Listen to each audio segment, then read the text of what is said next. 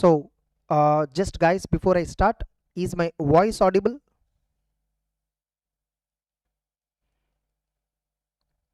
Guys, just reply me, is my voice audible? So just guys, perfect.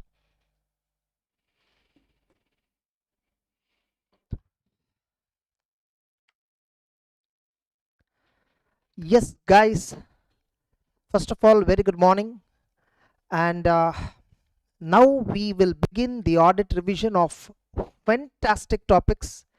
I can tell you three most important topics. Of course they are important. See, we have in auditing 11 chapters. All the chapters are equally important according to me, because from all the chapters you will have a minimum weightage of 6 marks. Minimum weightage. The minimum weightage from every chapter is 6 marks. Two smallest chapters that we have is, one is documentation, and another smallest chapter that we have is audit strategy, planning and program. Okay, these are the two small chapters compared to all other chapters. But smallest chapter is documentation. Even from that, minimum 4 to 6 marks will be there. Fine.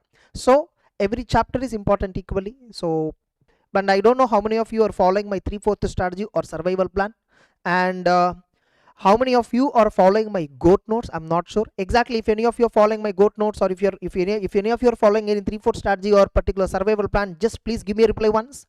Just comment below. And I know this particular risk assessment chapter, I generally keep it under 1/4 priority, not because it is not important. I even told in 3/4 strategy, because this risk assessment chapter is so big, so big. It's extreme big chapter. We have we have totally 3 big chapters in audit. One is audit report, another one audit evidence, another one risk assessment topic. These three are biggest. Then items of financial statements comes into the picture, 4th biggest topic. So risk assessment is one of the big chapter in audit. So that is the reason why I always tell, the time that you invest on risk assessment, with the same time you can study 3 chapters in other subjects. 3 chapters in other portion in the audit subject. So that is the reason why I always tell, keep it as a last priority. Only after you finish, then you study this. So anyhow, I have already given a detailed marathons for all other topics. Only risk assessment topic I have not given a marathon, and even 460 and 265 also previously I have given a marathon, but once again I decided to do.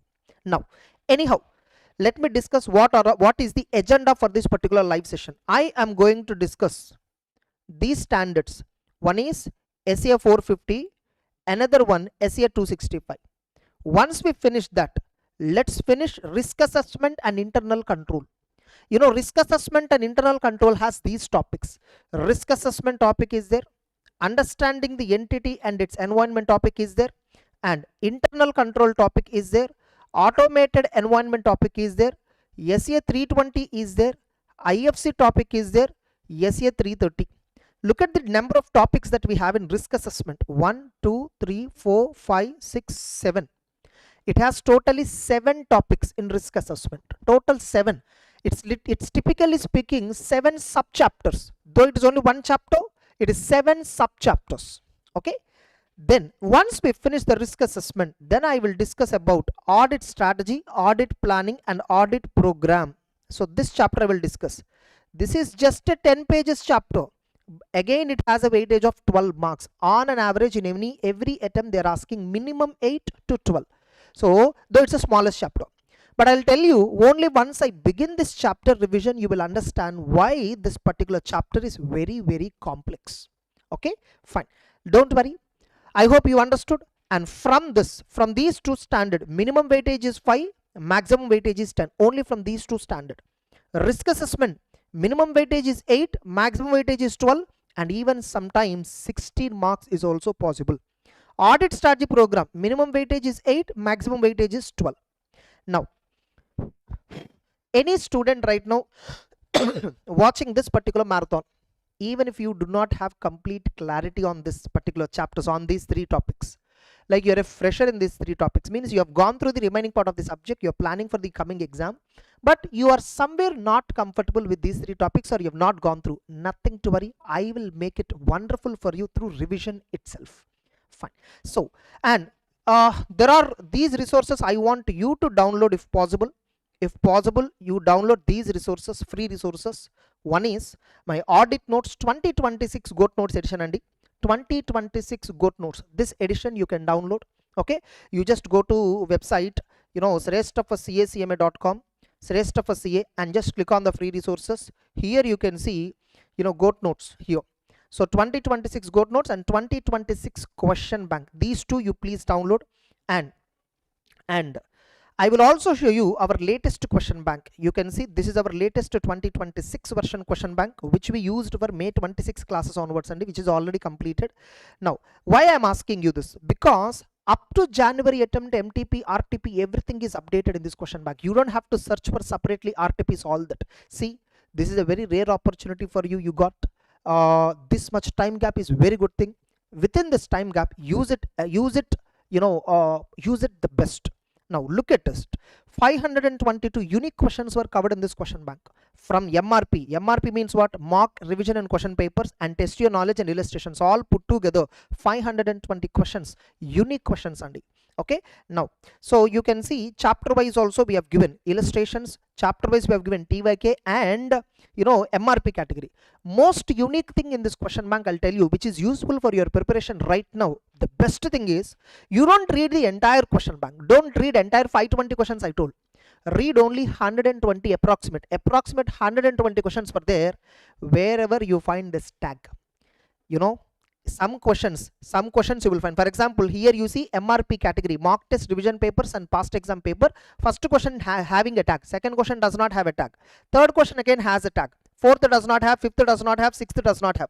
So there are some tags called exceptional. Exceptional means what? Generally when you're reading the concept, you don't pay attention to certain points. Generally you try to read, you try to understand, but you generally don't pay attention to certain points.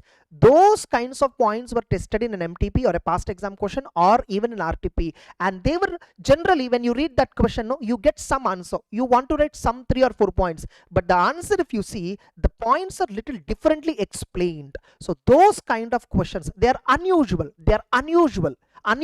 way of testing. So those questions we call it as exceptional. In every chapter, illustrations, and in TYK and in MRP, in all these 3 categories we identified exceptional questions. Just go through that.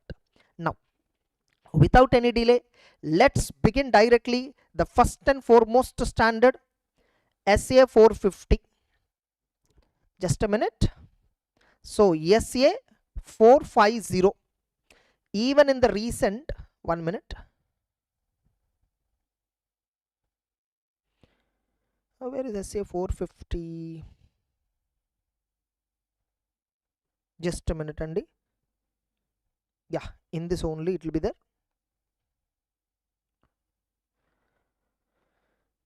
450 standard we are beginning that. Yes, one of the small standard, but the level at which a question can come from that standard is in depth.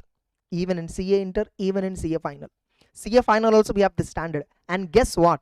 In the recent Jan exam, in CA Final, this question was tested. In CA Final, and this question was tested.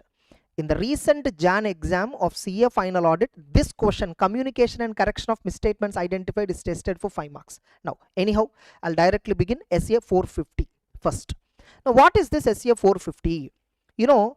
Typically, I told, right, 3 topics that we are going to discuss right now in this particular live. One is 450, 265, risk assessment, audit program planning, and then audit strategy planning and program. Now, by the way, these 2 are 2 different chapters. Whereas 450, 265 is explained in completion and review chapter. This is there in ICA book in which chapter, ma? Completion and review. In that chapter, we totally have, in that particular chapter, we totally have 6 standards.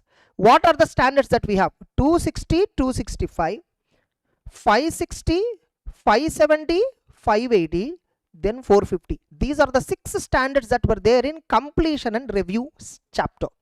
Within these 6 standards, in the chapter, 570, 580, most important.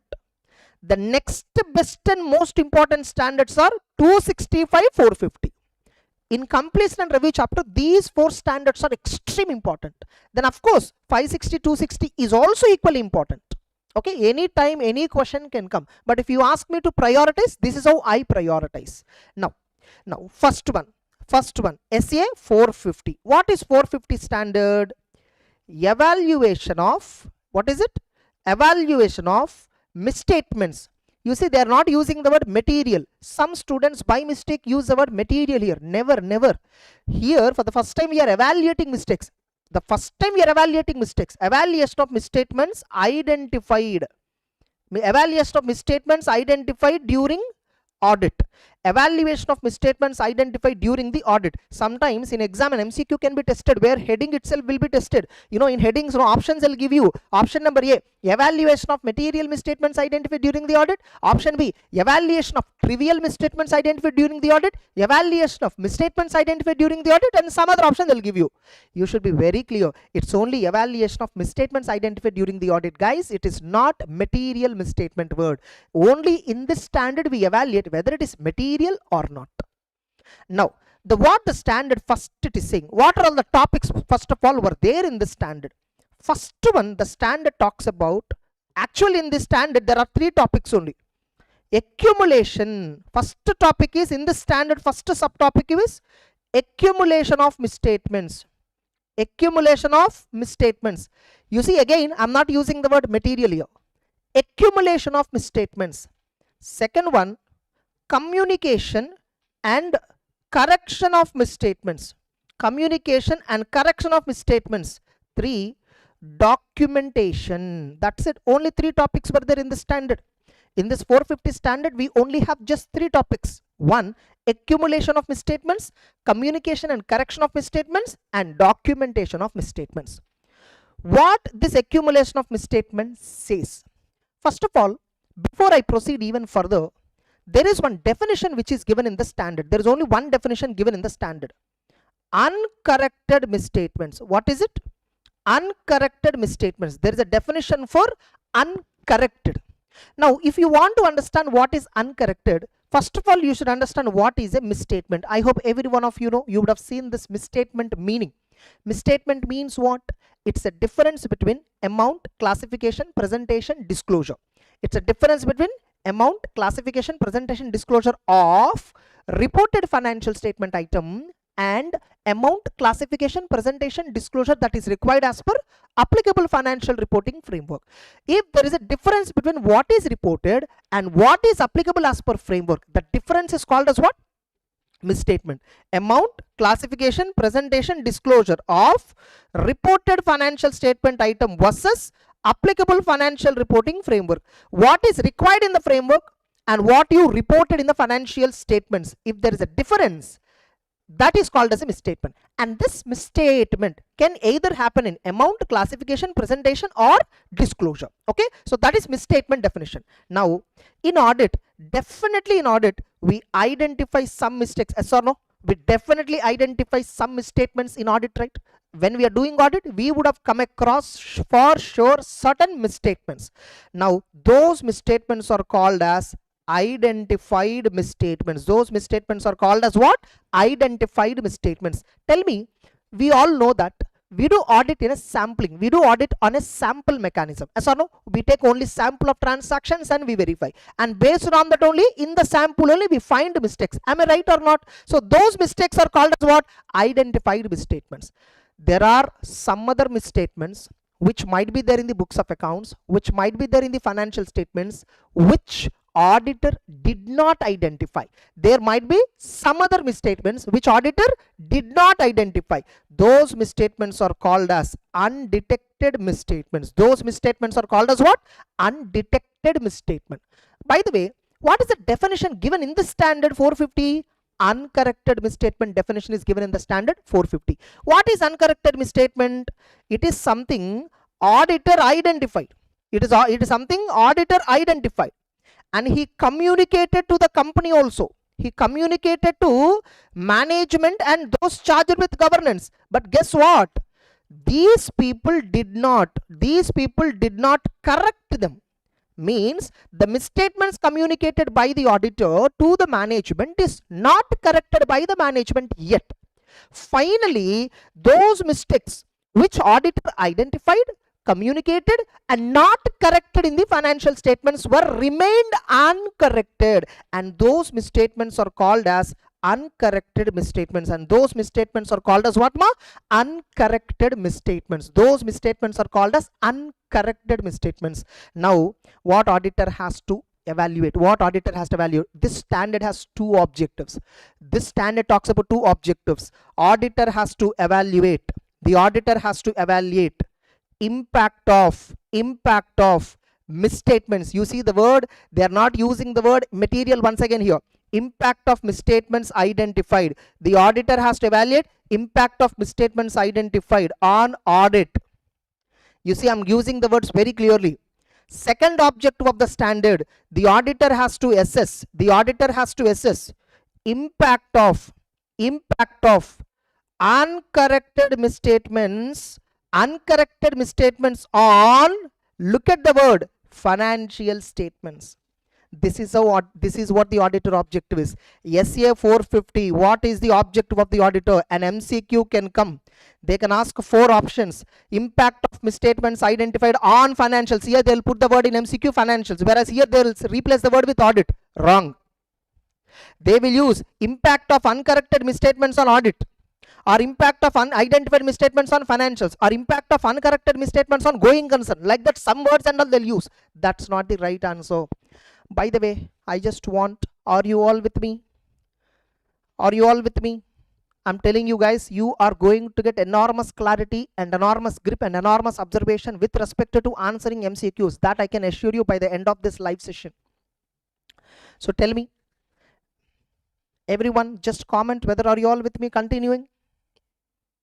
And also, I request you to like the video, because I know you're liking the content but you're not liking the video. So just request you to like, and then pass on your comments also. So that's a very good, that is what the appreciation that makes us continuously hook and make us to do live videos. If at all there is no appreciation or likes that we receive, obviously it will not motivate us. Okay guys, just like the video. Fine. Now, so look at SA 450. The objective is assessing impact of misstatements identified on audit. See, the moment you identify mistakes, what is its effect on audit? Generally when we identify mistakes, we revise our audit procedures, we revise our audit strategy, we revise our audit planning. Okay, and finally we revise and we do audit as per revised plan, revised strategy, and we still try to identify a level best all the mistakes. And once the mistakes are identified, we communicate to the management on a timely basis. Why we communicate them? Because we in the sample only we identified these many mistakes. In population, how many will be there? So for that reason, we communicate management and we request them. What is it? We request them. Just look at this entire introduction, what I'm giving, this entire background. Then if you see the book, nothing. That standard is nothing. So the objective, why are we communicating? Sir, in the sample only we identified these many mistakes, sir. In the population, how many mistakes were there? We don't know. So it is so high. So we communicate the management about identified mistakes so that they investigate. We ask them to perform additional procedure. We ask them to perform procedures to identify actual misstatement in the financial based on projection of the misstatement by the auditor. For example, the auditor, based on the mistakes identified, we analyze the mistake. Generally, when we identify mistake, what we need to do? We need to analyze it. What we need to analyze? Nature of misstatement and circumstance under which it occurred. Circumstance of occurrence we need to analyze. Two things we need to analyze. One is nature, and the second thing that we need to analyze is circumstance under which it occurred. Nature of the misstatement, is it intentional or unintentional, or fraud or error? Circumstance of their occurrence, is it occurred at the end of the period or during the period? Anyway, you can call it as anyway. Okay, so nature of misstatement and circumstance of occurrence. So this we will look at, and we need to, in the standard 450, they told you two circumstances. Where we have to revise our audit strategy and plan. Under 450, they told two circumstances. One, if the nature of misstatement identified and the circumstance of misstatement identified indicates some other potential misstatements, might exist. Some other potential misstatements might exist if, based on the nature of the mistake identified and the circumstance under which it occurred, if you see that, if you look at the observation, they are repetitive in nature. You found that these mistakes are repetitive in nature. Repetitive mistakes are called as non-anomalous. Repetitive misstatements are called as non-anomaly. They are not anomaly. You have this anomaly, non-anomaly terminology in SA 530, which is very important discussion in SA 530 sampling. Okay, fine. So there is no misstatement, or the nature of misstatement and circumstance. Like when you observe the misstatement, no, suppose if it is error, for example, an employee, instead of typing 10,000 by mistake, they typed 1 lakh rupee in a particular transaction. That's a very rare, it won't repeat. So can I say just because of this mistake everywhere all 1 lakh transactions are wrong only? I cannot say that. Yes or no? So based on the nature and circumstance, if at all I feel some other potential misstatements might be existing, then that is one circumstance. Or the misstatements identified, the misstatements accumulated, approaching materiality under SA 320. If at all the misstatements identified by me is approaching materiality under SA 320, then under these two circumstances the auditor has to modify audit strategy, audit plan.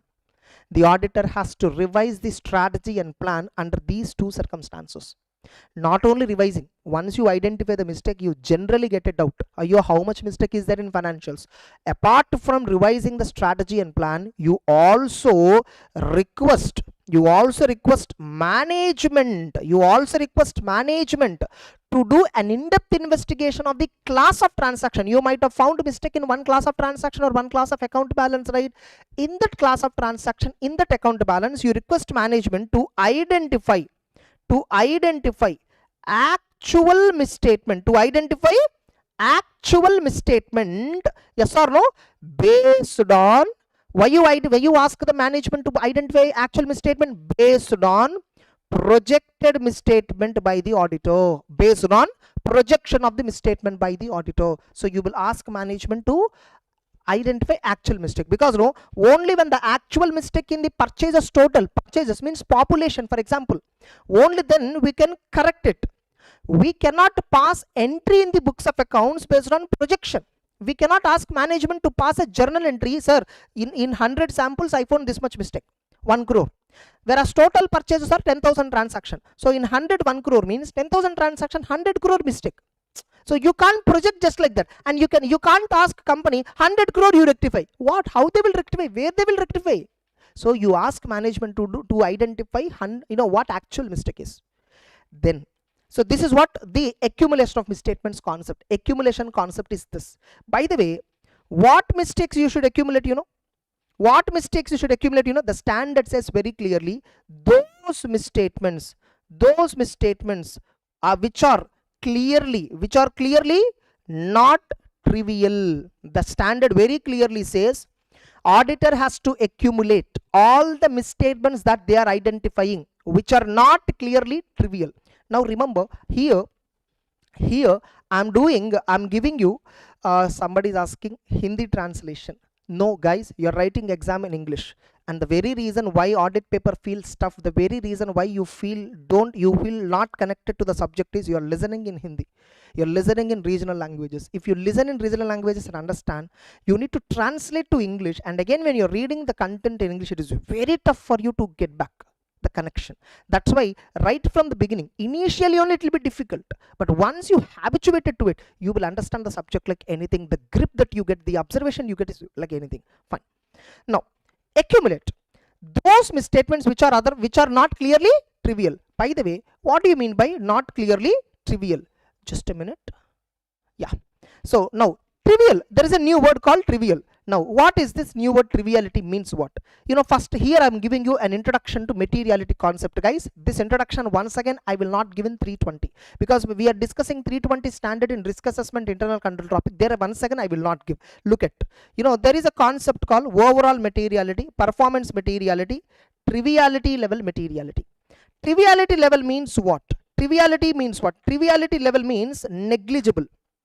Negligible. You can call this as what? Negligible.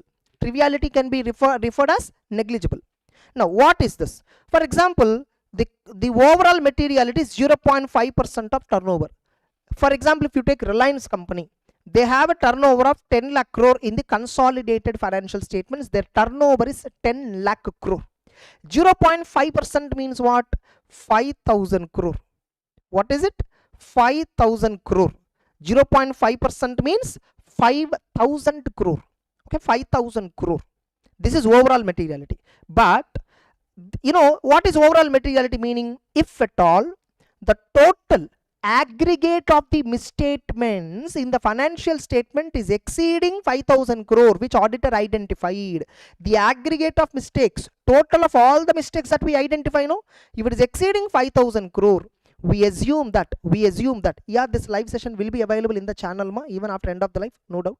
Fine. So the total of the misstatements identified is crossing 5,000. We assume that the financials are materially misstated. We assume that financials are materially misstated, and we give a modified opinion on those financials. But remember, when we are doing audit, this materiality level directly we can't use it. For performing the audit, we keep a lower level of materiality. Let us assume 3,000 crore I am keeping performance materiality. Why? Because no, I am doing audit only based on sample. I'm not verifying 100% population. You know, if at all the mistakes I identify in sample, the misstatements I identify in sample, if at all they're reaching this, level, only in sample, if at all they're reaching my performance materiality level, definitely what I assume is total real misstatement in the financials is much more than overall materiality. Performance materiality is like an early alert. It's like a early warning to the auditor. Dear auditor, you found so many mistakes in the sample itself. Definitely remember, in the overall financials, the actual misstatement which you did not detect it because you're doing audit on sample would be much more higher. So it's like an early warning system for the auditor. Early warning level materiality, I can call it as. Okay, warning level materiality, performance materiality. Then there is another thing called triviality. What is this triviality? Triviality level, like 5,000, 3,000, right? Triviality level can be 10 crore. Substantial, you know, trivial. Trivial means what, you know? Negligible. Trivial means what? Negligible. Are you clear? By the way, some students think that trivial is equal to immaterial. That's wrong. Trivial is equal to immaterial. That's wrong. You cannot say it is immaterial, trivial. What is triviality level? Necessity. Suppose no, we are doing our audit, no? In audit, no, we'll be finding some mistakes. For example, one of our article found a mistake of 1,000 rupees in voucher, some 2,000 rupees in voucher, and he is adding all these vouchers in his list. Whatever the mistakes is finding, he is adding. They are all negligible. Look at the size of the company, yaar, 10 lakh crore. What is this? 1,000, 2,000 rupees, petty mistakes. Ignore that.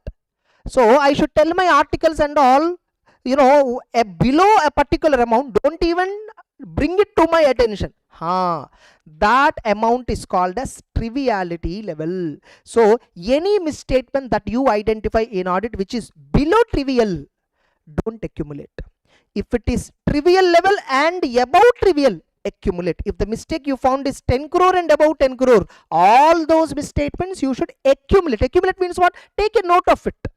Later on, total it and then compare it with performance materiality. If at all it is reaching performance materiality, revise audit strategy and plan, ask management to do further investigation, communicate to the management, ask them to correct it. If they do not correct it, assess the impact on the financials and take a call to give a modified opinion or unmodified opinion. Over.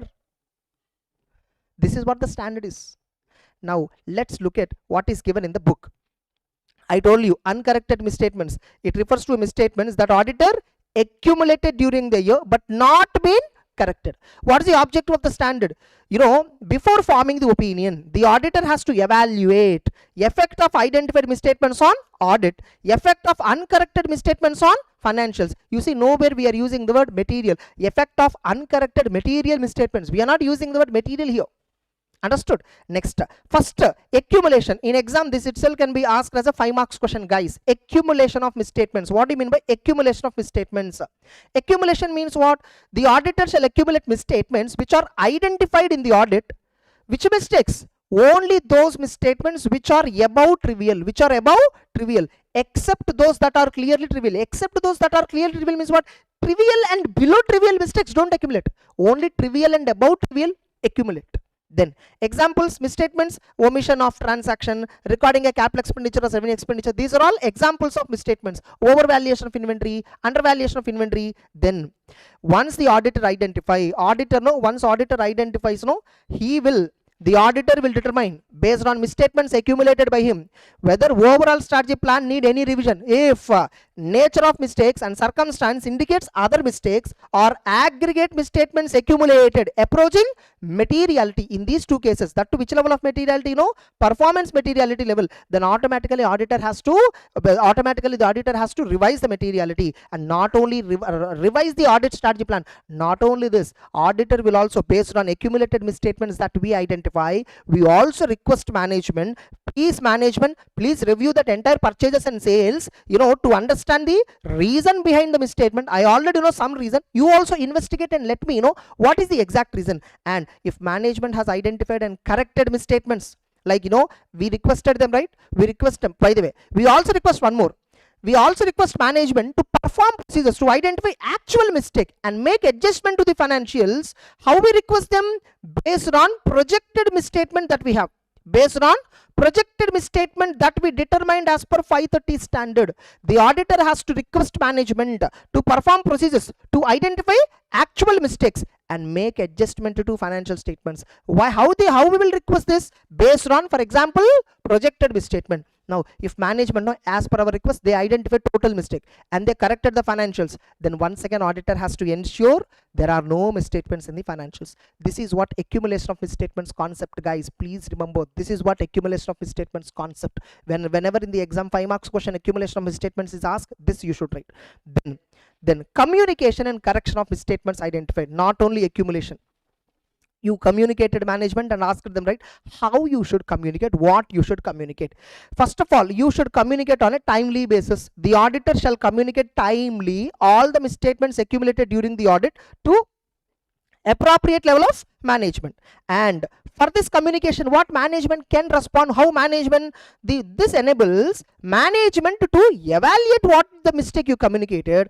Or, sir, it's not a misstatement, sir, you felt it's a misstatement. Management will disagree, or they may take corrective actions. Okay, now why are you communicating? What is the purpose of communicating? Ask them to correct, request management to correct. Why you need to ask them to correct? Why? What is the necessity? This correction helps to maintain accurate record and reduce risk of future misstatements caused by these cumulative uncorrected errors. If at all errors are not corrected cumulatively in future, all these current errors, if at all not corrected in future, they will have a huge impact. So to avoid that scenario, you ask them to correct the misstatements so that financial statements present true and fair view. Then suppose if management is refusing, sorry sir, we will not correct because we already freezed, we already closed the books of accounts, we are already starting another financial year, it's tough for us to close, it's tough for us to correct the financial statements, and they are saying this is not a mistake also, sir, you are thinking it's a mistake, this is not a mistake. Understand management reason why they are not correcting, and take that understanding in evaluating whether financials are free from misstatements. Because you might think it's a material misstatement, but company might have a different perspective, sir. That's an accounting treatment, sir, which is right in our company. Maybe in another company the situation is not there, so they might give us a reason. So look at that reason, then evaluate. Now management have not corrected some mistakes, right?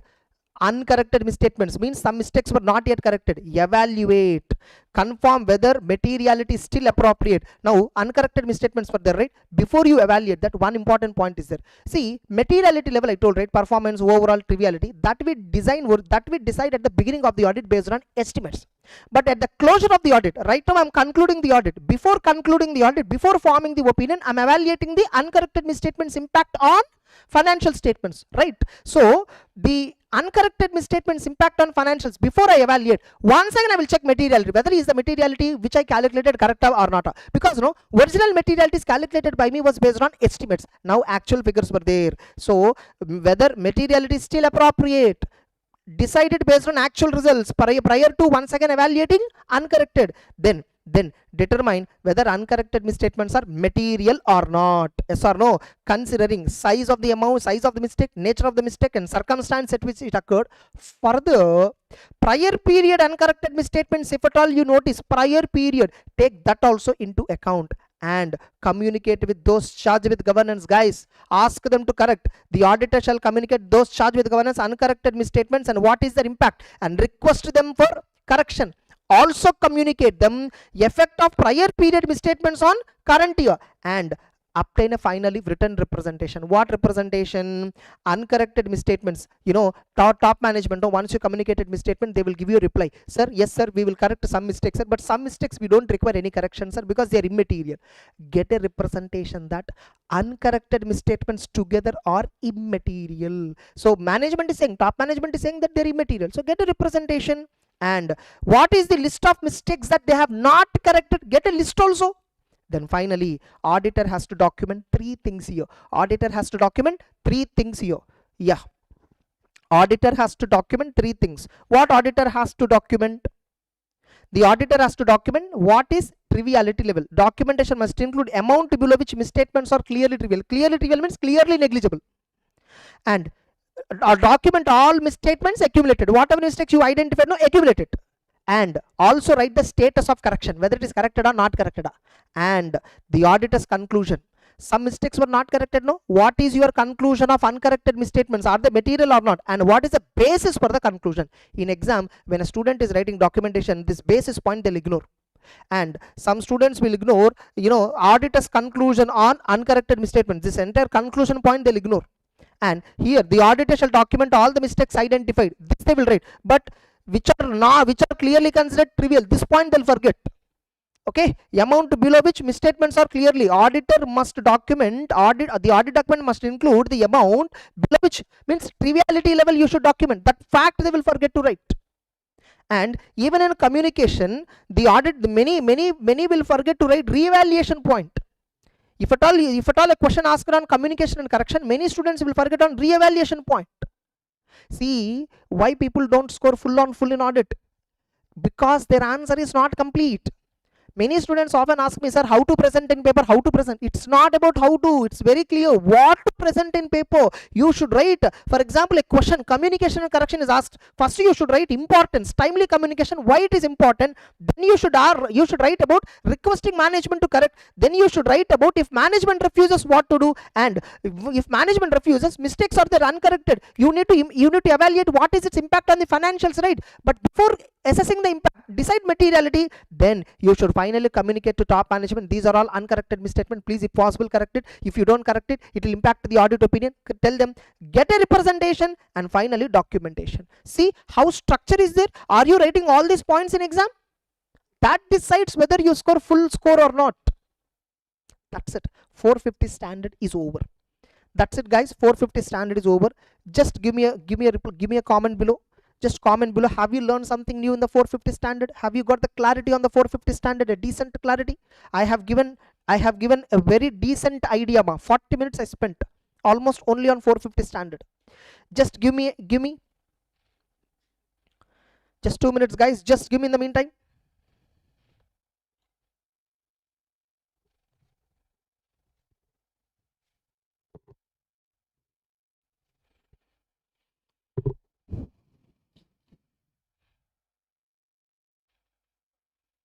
Yeah, yes guys, we'll proceed now discussing 265.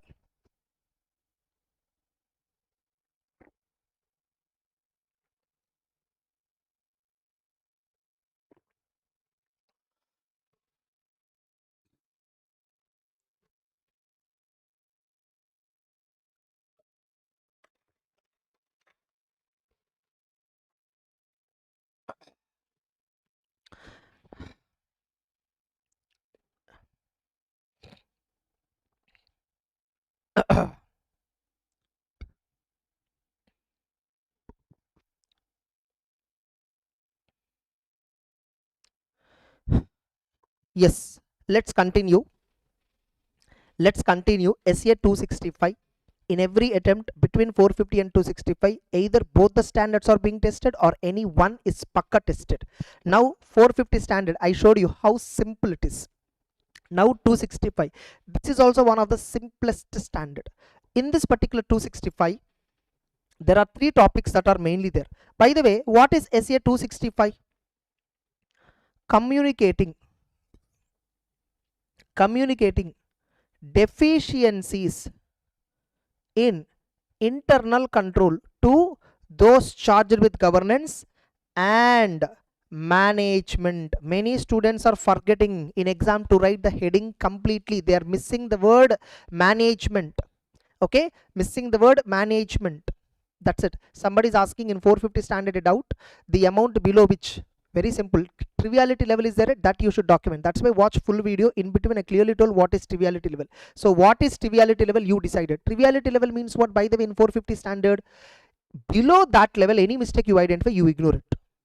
Once whatever the trivial level is there, right, above that value you will document it, you will accumulate it, and you will document also, and you will also record the status of that mistake, corrected or uncorrected. If it is uncorrected, you will evaluate the impact of it on the financials. You will communicate to management to correct. You will communicate to top management if at all management does not correct. You will communicate to those charged with governance, and you ask them for correction. If they also do not correct, ask them a written representation that why they are not correcting it, and if at all they feel that it is immaterial, ask that. So that is the impact of the entire standard. Fine.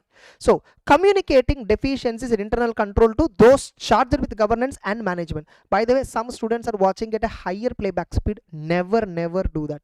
Just watch at standard speed. I'm telling you, you get a very good clarity. See, it's not about finishing the video, it's not about the finishing the lecture, it's about observing it, understanding it, absorbing it.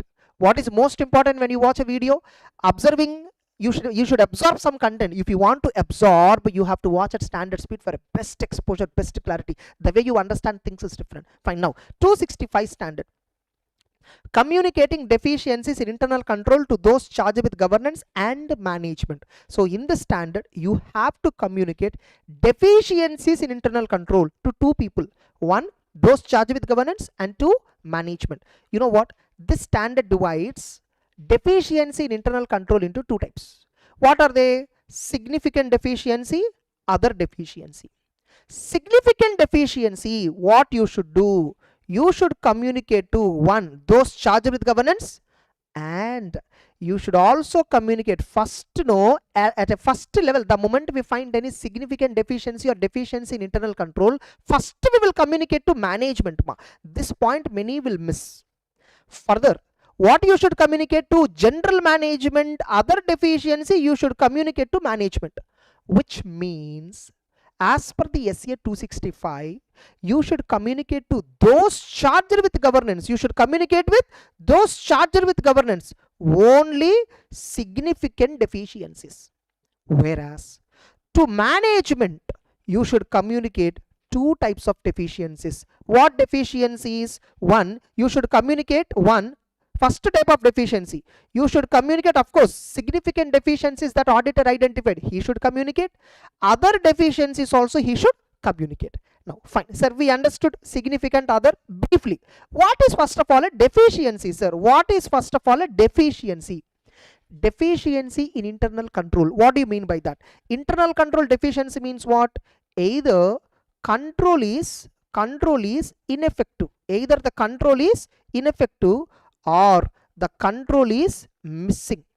The control is missing or the control is ineffective. Either of this. Either the control is ineffective or the control is missing. Both will be treated as what? Deficiency. Control is missing. Okay. Now, once the auditor identifies the deficiency, he should analyze whether it is a significant deficiency or not. How do I analyze whether it's a significant deficiency or not? Significant deficiency means what? What is likelihood of occurrence of misstatement? What is the likelihood of occurrence because of the deficiency? What is the likelihood of occurrence of misstatement? And magnitude of the impact. And because of this deficiency, how much it will impact in the financial statements? One is likelihood of occurrence, another one magnitude of the impact. Remember, These two sentences, they are important factors for analyzing. These two are important factors for analyzing whether a deficiency is a significant deficiency or not. Okay, these are important factors. The same wordings, similar wordings, likelihood of occurrence, magnitude of impact, these the same wordings were there even to decide material uncertainty related to going concern under SA 570 MURGC. Material uncertainty related to going concern, there it is used. In SA 315, significant risk analysis is there, significant risk discussion is there, there also it is used, there also it is used. So significant deficiency, these wordings are used, significant risk, the wordings are used, material uncertainty related to going concern also the same wordings were used. So likelihood of occurrence and magnitude of the potential of the impact, so these are the two sentences which are important everywhere. Fine. Now, so I understand. So deficiency, significant deficiency meaning we understood, and now what exactly in the standard it is there. These are the topics that were there. First one, factors influencing significant deficiency. What are the factors based upon which auditor will decide whether a deficiency is a significant deficiency or not? This is one of the important questions. There is another question in this standard. There is another important topic. Indicators. What is it? Indicators of deficiency. This is second one. And third one, communication of deficiency. That's it. Only 3 points are there in the standard. One is factors influencing significant deficiency, indicators of significant deficiency, communication of deficiencies. Here it is not significant. Communication. How to communicate, what to communicate. Okay, what points to be included in communication. That's it. Only 3 topics are there in this 265. If you are good at these 3 topics, you are sorted, you are done with 265 standard. You can damn sure score 5 out of 5 on that particular paper. That's it. Now look at. So what is SA 265? The standard deals with how to communicate deficiencies in internal control to those charged with governance and to management. Yes or no? Now look at. So the auditor must understand, first of all, how you will identify controls related loopholes only when you understand the internal control. So why you need to understand control? To identify and assess risk of MMS. By the way, you are checking internal control. Does it mean your objective of audit is to give opinion on the effectiveness of internal control? No. Your objective of audit remains same. Your objective of audit is to give opinion on financial statements. It is not for the purpose of giving opinion on internal control. Then why are you checking internal control? Because my time available for audit is very limited. Within the limited time, how can I check this much voluminous transactions? So I can't check every transaction. I can only check those transactions where mistake is possible. Correct? So now how do I know which class of transaction, which class of account balance mistakes are possible? How do I know that? I can only know the misstatements possibility only when I do risk assessment and internal control evaluation. Am I right or not? So now what do you mean by that internal control evaluation? Why are you doing it? I am doing internal control evaluation to identify deficiencies. If deficiencies are there, I will focus more in that area. Not only that, since I found deficiencies, it is better for me to communicate to top management whatever deficiencies I found. It is better for me to communicate deficiencies to management or significant deficiencies to those charged with governance. Better. Am I right or not? Now look at.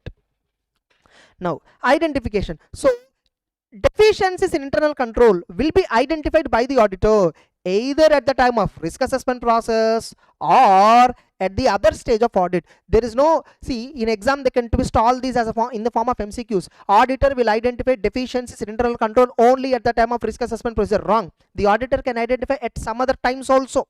Now finally the auditor has to communicate. That's it. Then deficiency means what? Ineffective control is a deficiency. Missing control is also deficiency. But you should not write like these keywords in exam. Okay, you should write if a control is designed, implemented and operated. If a control in a company, control means what? Some process in the company. It's a process. For example, DMart. You take DMart example. DMart, I hope every one of you know DMart's, right? DMart store. Yes or no? There is a control in DMart. What control? Once a customer brings trolley for the billing counter, all the goods in the trolley has to be kept on the table, okay, before the billing, okay, kept on the table, so that each and every item will be scanned and then passed on to the other table. Again, you have to move the trolley there, and then once items are billed, again you can put it on the trolley and go to exit. Security guard will check the items and then put a stamp, go to parking and pick up the car and then go. That's what, right, you do in DMart. Yes or no? This is a control. But guess what happened, I went and observed in DMart. I'm just observing in DMart. What I found, the customer is bringing trolley and he's putting all the items in the trolley on the table. But guess what I noticed? In the trolley, there were 4 small nail polishes. Okay, small nail polishes and small items, pen packet, like that were there. This he didn't keep on table. Okay, even the salesperson who is billing, he didn't observe that, and he billed all the goods, again dumped into the in the trolley. All this ground floor, whatever is there in the bottom, right, they were not billed. Security guard, I saw whether he will detect it. He just took the customer bill and then stamped and sent. Arey, control is there. They have to check whether all the items are billed, but they're not checking. Control is there, but ineffective. The control fails. Control fails to prevent misstatement.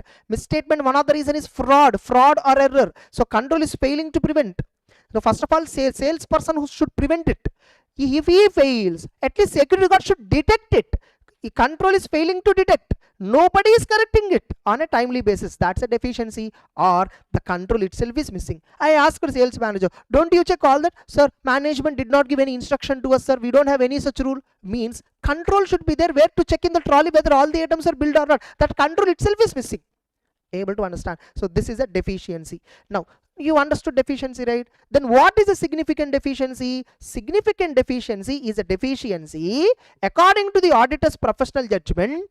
This deficiency knowledge, so and so mistake, so and so weakness is there, so and so problem is there, internal control, top management should know. If according to me, top management should have the knowledge of a significant deficiency, then that deficiency is called as what? Significant. It's a deficiency or a combination that in auditor's judgment merits those charged with governance attention. And now, what factors you take into account to determine significant deficiency? Here they just give 2 factors, but in-depth question is given here.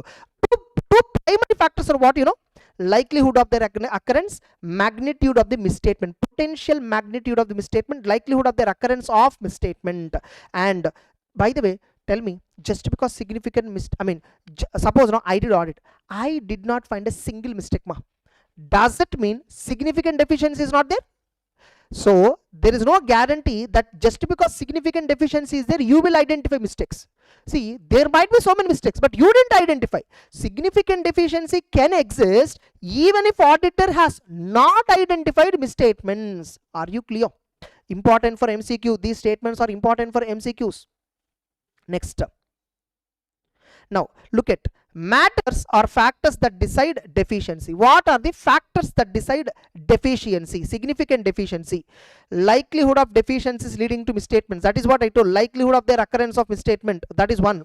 Yes or no? And the financial statement amount exposed. This is nothing but magnitude. How much amount is exposed? Now, for the amount exposed, magnitude, there is one more point. How much activity happens in that particular account balance or in that transaction? For example, right now I found a deficiency in DMart billing. There is a process, there is a fraud, there is a misstatement in the financials closing stock valuation. This affects entire sales and closing stock. Volume of the class of transactions affected is one is closing stock balance and sales. Both are affected. Yes or no? Next. And susceptibility to loss or fraud of the related asset or liability. Because of this incident which I found in DMart, there is a high possibility of inventory loss to the company. And I can also find significant deficiency in accounting estimates. I can also find in accounting estimates, including fair value accounting estimates, wherever subjectivity and complexity is involved. Higher the subjectivity, higher the complexity, higher, there is a high possibility of a significant deficiency in that. Next. And what is the cause and frequency of exceptions arising? Like I saw in the DMart, I saw one day I stood and saw that very clearly. 10 customers took like that. So it is more frequently. People know that this deficiency is there in the internal control. More people are exploiting. Every day, how many are exploiting this? We don't know. Next. How the deficiencies interact with other deficiencies. Here, salesperson is weak. And even security system is also weak. Security guard is also not working. So this deficiency, by interacting with other deficiencies as a whole, significant deficiency. Are you clear? Suppose if at all salesperson prevention he failed, but security guard detected it, means detective control is effective. Even though this deficiency is there, by interacting with other deficiency as a whole, there is no mistake in the financial statements. There is no fraud happen. Therefore, you can consider this situation as an example that though there is a single deficiency, a combination of other, there is no deficiency there. So as a whole, it's okay. Suppose salesperson deficient, security guard is also deficient. This deficiency plus combination of that deficiency put together might constitute significant deficiencies. And importance of controls, the control that you are checking, right, there you found some deficiency, right, how important this control in the financial reporting, that is also decides. If it is so important, for example, it's a control relating to fraud prevention and detection, in that control you found a deficiency, or it's a control related to application of accounting policies, or it's a control related to transactions with related parties, or it's a control related to outside normal course of business, or it's a control relating to financial reporting process year end, period end financial reporting. If at all these controls, if at all in these controls, if there is a deficiency, you may consider it as a significant deficiency. That's it. Now likelihood of deficiencies leading to misstatement, I already told. Getting it? These are all factors or the matters which auditor consider while determining whether a deficiency constitutes a significant deficiency or not. That's it. These are the factors to decide whether a deficiency is significant or not. You know what? When we are doing audit, we sometimes find symptoms. By the way, are you all with me now until now? Just comment below. Also comment where are you watching from. Just comment below where you are all watching from.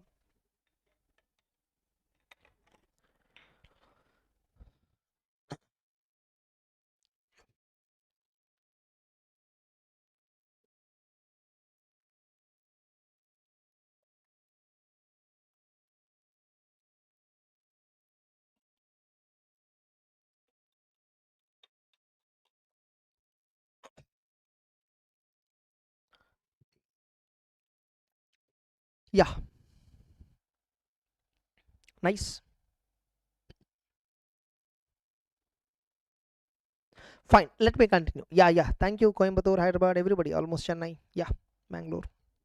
Fine, next, indicators of significant deficiency. You know, there will be some symptoms.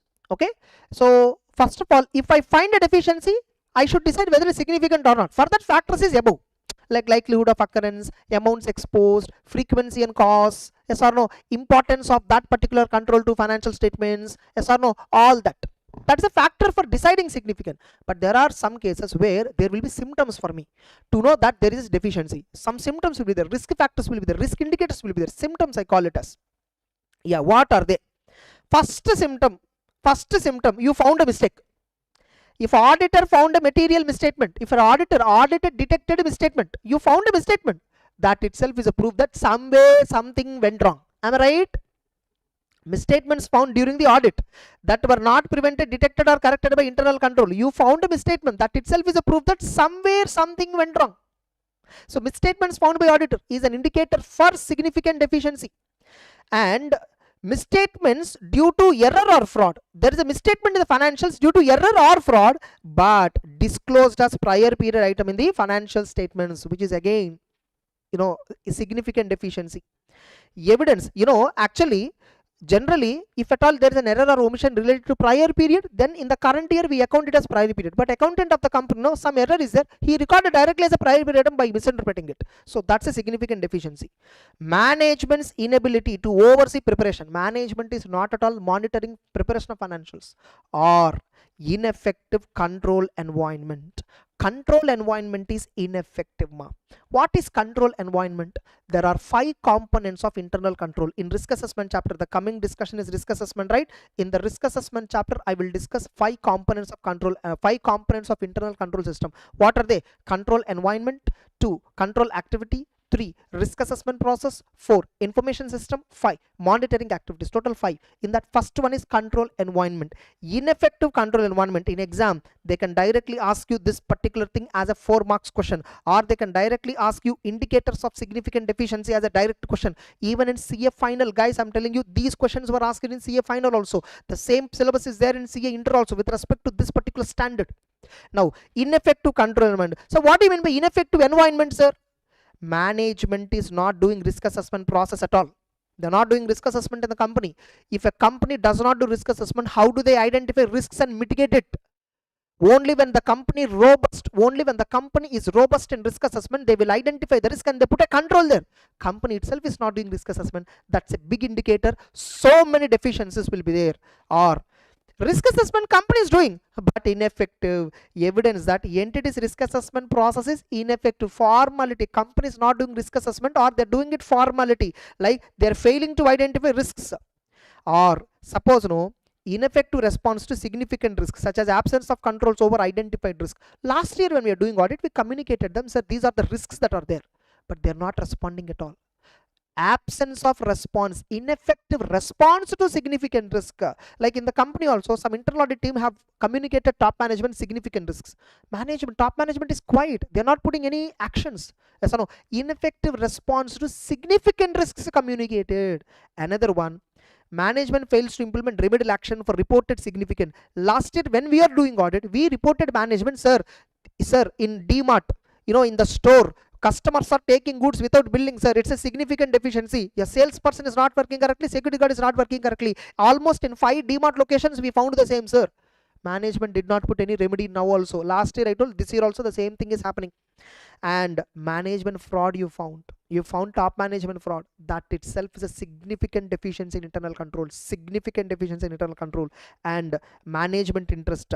Management is involving significant transactions which involves management interest, which are not scrutinized by those charged with governance. Like management, the company is transacting with some vendors, some customers, where in that vendors and customers, one of the management person is having ownership, and top management does not. See, that's why you have section 177 in Companies Act. What it says, the audit committee has to approve related party transactions. The audit committee has to approve related party transactions. Why they need to approve? Because they need to scrutinize what the transactions are for. That's it, guys. So this is indicators of significant. Remember, indicators means what? Symptoms. Control environment weak. Okay, auditor found a mistake, or some frauds and errors, they showed it as a prior period item, and management is not able to oversee. Management's oversight is not there on the financial reporting process. All this indicates, indicators of significant. Now again, ineffective control environment means what? You found a management fraud. Management does not take any remedial action for previously communicated significant deficiency.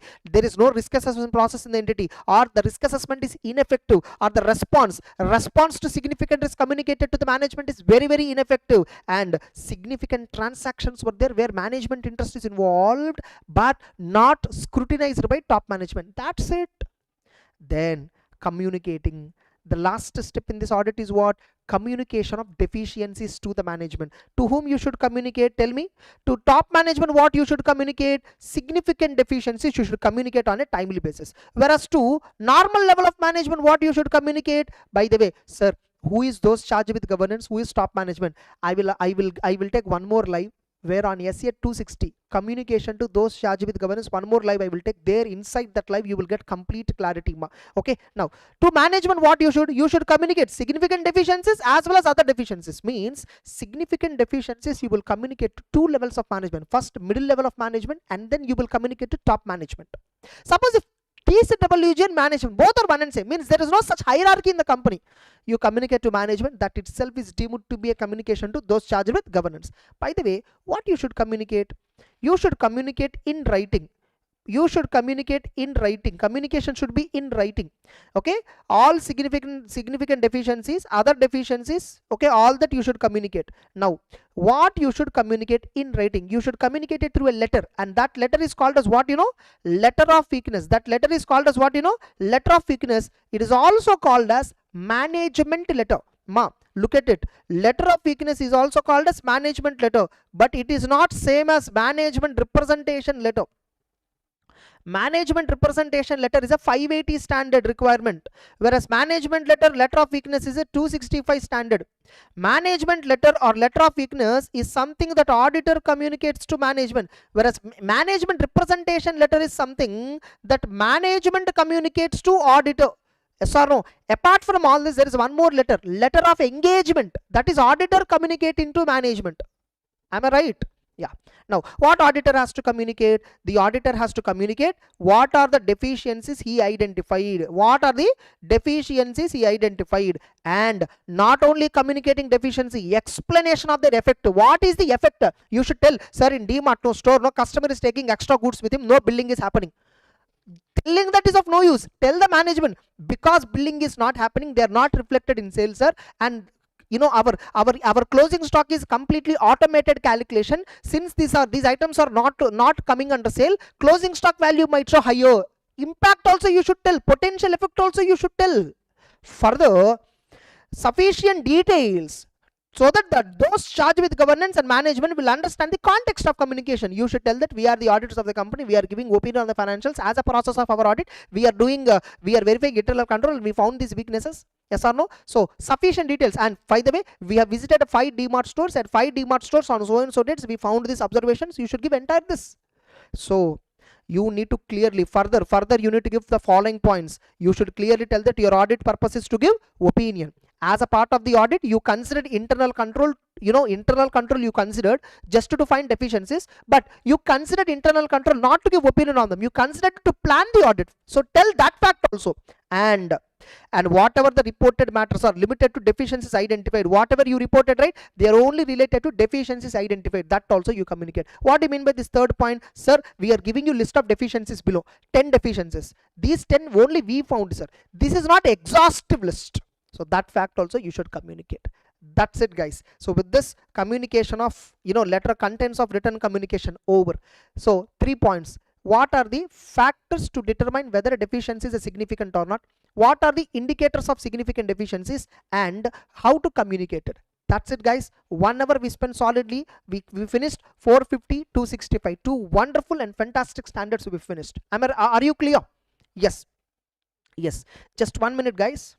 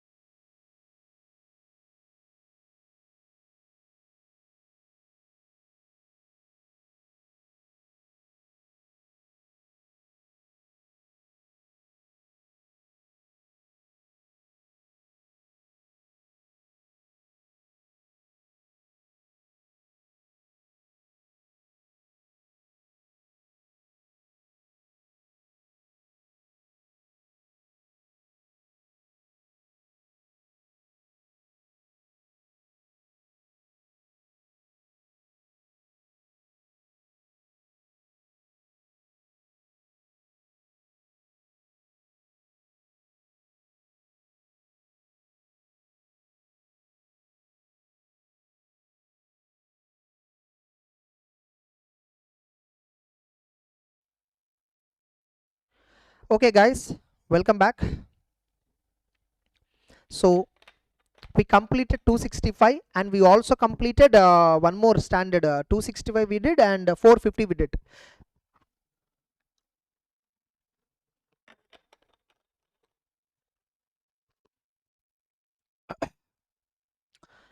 Now without any delay, let's begin risk assessment, and I will give introduction to the topic. Then we'll take a small break, okay? A breakfast break we'll take, and then we'll finish breakfast and come back and continue finish risk assessment and audit strategy topic. So now,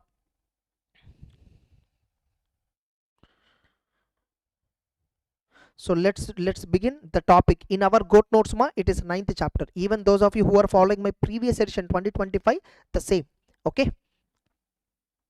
So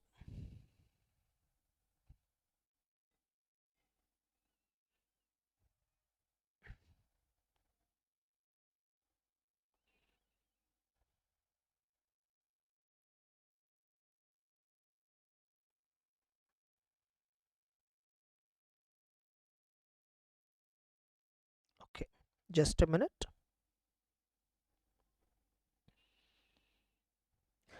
Yes guys, let's begin. Let us begin the next topic, that is risk assessment and internal control. One of the complex chapter in audit. Fine. Anyhow, so what are there in this risk assessment and internal control? You know, we have totally 7 topics in this chapter. Risk assessment and internal control, we have totally 7 topics. First we'll be discussing about risk assessment. Then understanding of entity and its environment, UOWE. Understanding of entity and its environment. Understanding, there is a concept on that. Then we have a concept of internal control. Then we have a discussion of a topic of internal control. Then we have a discussion of automated environment. We have a discussion on automated environment. Then we have a discussion on internal financial controls. Then we finally have a discussion on SA 330. Apart from all that, we have a separate one more standard where we have a discussion on SA 320 materiality standard. We have a discussion on SA 320 materiality standard. Totally 1, 2, 3, 4, 5, 6, 7 topics we have in this particular standard. And yeah, for tough standards, yes ma, absolutely you can go with our survival plan related topics. That's enough. You can happily implement our survival plan for the coming exam, or even the expected questions you can implement. And above all, the 3/4 strategy is always a game changer. From 3/4 strategy, even in the coming audit exam, you will have more than 90. Even in the worst scenario, if the paper is extremely tested, if the paper is extreme of the extreme tested, 80 minimum is pakka from 3/4 strategy. That's it. Fine. Anyhow, so risk assessment and internal control, guys. So first one, let us focus on risk assessment topic. First of all, tell me, our objective is what? To give opinion, yes or no, to express opinion on financial statements, whether they are free from material misstatements, nothing but whether the financial statements are true and fair or not. This is what our objective. Now tell me, giving an opinion is an audit risk. You know, there is a risk involved in giving opinion. Am I right? First of all, tell me, there is a risk involved in our opinion. What is the risk involved? Our opinion can go wrong, because after all, it's an opinion. We do audit based on sample, and based on sample we only get reasonable assurance, not absolute assurance. So definitely our opinion can go wrong for sure, and that possibility of opinion given by us going wrong is audit risk. The possibility of giving the audit opinion going wrong is called as audit risk. So what is audit risk? What is audit risk? Audit risk is equal to, there is a definition for audit risk. Audit risk is equal to risk of expressing inappropriate, remember the word is inappropriate ma, risk of expressing inappropriate opinion on financial statements. Risk of expressing inappropriate opinion on financial statements is called as audit risk. Expressing inappropriate opinion. What is inappropriate opinion? By the way, many students write up to this is wrong definition. You have completeness. There is one more part of the definition. When the financial statements are materially misstated. This is the sentence you need to complete. Many students forget to write this. See, they think they always write correct answers, but why institute is failing them intentionally in audit? That's wrong. That's wrong. Most of the students who are failing in audit because they are not giving complete answer. They are not giving complete answer. Look at. So what is an audit risk? It's a risk of expressing inappropriate opinion on financials when the financials are materially misstated, which means, tell me, when the financials are materially misstated, you should give modified opinion. Am I right? But you are not giving modified. You are giving inappropriately unmodified opinion. Financials are materially misstated. You should actually give modified opinion. But you didn't give that. You gave unmodified opinion. And this is the audit risk. The audit risk is you are giving unmodified opinion in a circumstance where modified opinion is required. You are giving a positive opinion in a circumstance where negative opinion is required. This is audit risk. But guess what? Suppose no, financial statements are free from misstatement. The fact is, the financials are free, like they don't have a mistake at all. But unfortunate, in the sample you selected, no, you found some material misstatement, you interpreted it as material mistake. Management is telling you, sir, they are not material, sir, they are not misstatements at all, sir, they are a different accounting treatment, they're telling you. But you didn't listen. You gave a modified opinion on financial statements which are not materially misstated. Financial statements were not materially misstated at all, but you gave an opinion like that. That is not audit risk. That is not audit risk. Audit risk does not include auditor expressing inappropriate opinion when financials are not materially misstated. Second one, audit risk does not include business risk of the auditor. Suppose I am losing a client. That is not audit risk. Audit risk is a risk that is related to an audit. That is related to an audit. That is related to a specific engagement. Only then it is called as what? Audit risk. Clear? Now, why this audit risk arises? Two reasons. One is financial statements are materially misstated and we fail to detect them. Tell me, when will I give a positive opinion? When the financials are materially misstated. When the financials are misstated materially, still I am giving positive opinion. That is a risk, right? Why am I giving like that? Because even though the financials are materially misstated, I don't know that these mistakes are there. Why you don't know? Because you didn't detect it. Why you did not identify the mistakes? Because you do audit on a sampling. Yes or no? Detection risk. Why you are not able to? Detection risk means the auditor not able to detect.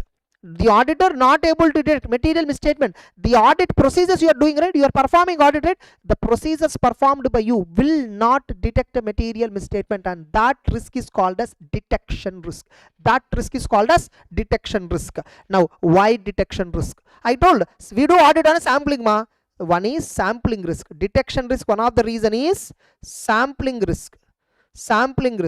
Another reason is non-sampling risk. Detection risk, one reason is sampling risk, another risk is non-sampling risk. Non-sampling risk means what? Auditor decision making was not proper. Inappropriate decision making of the auditor. The auditor decision making was not proper.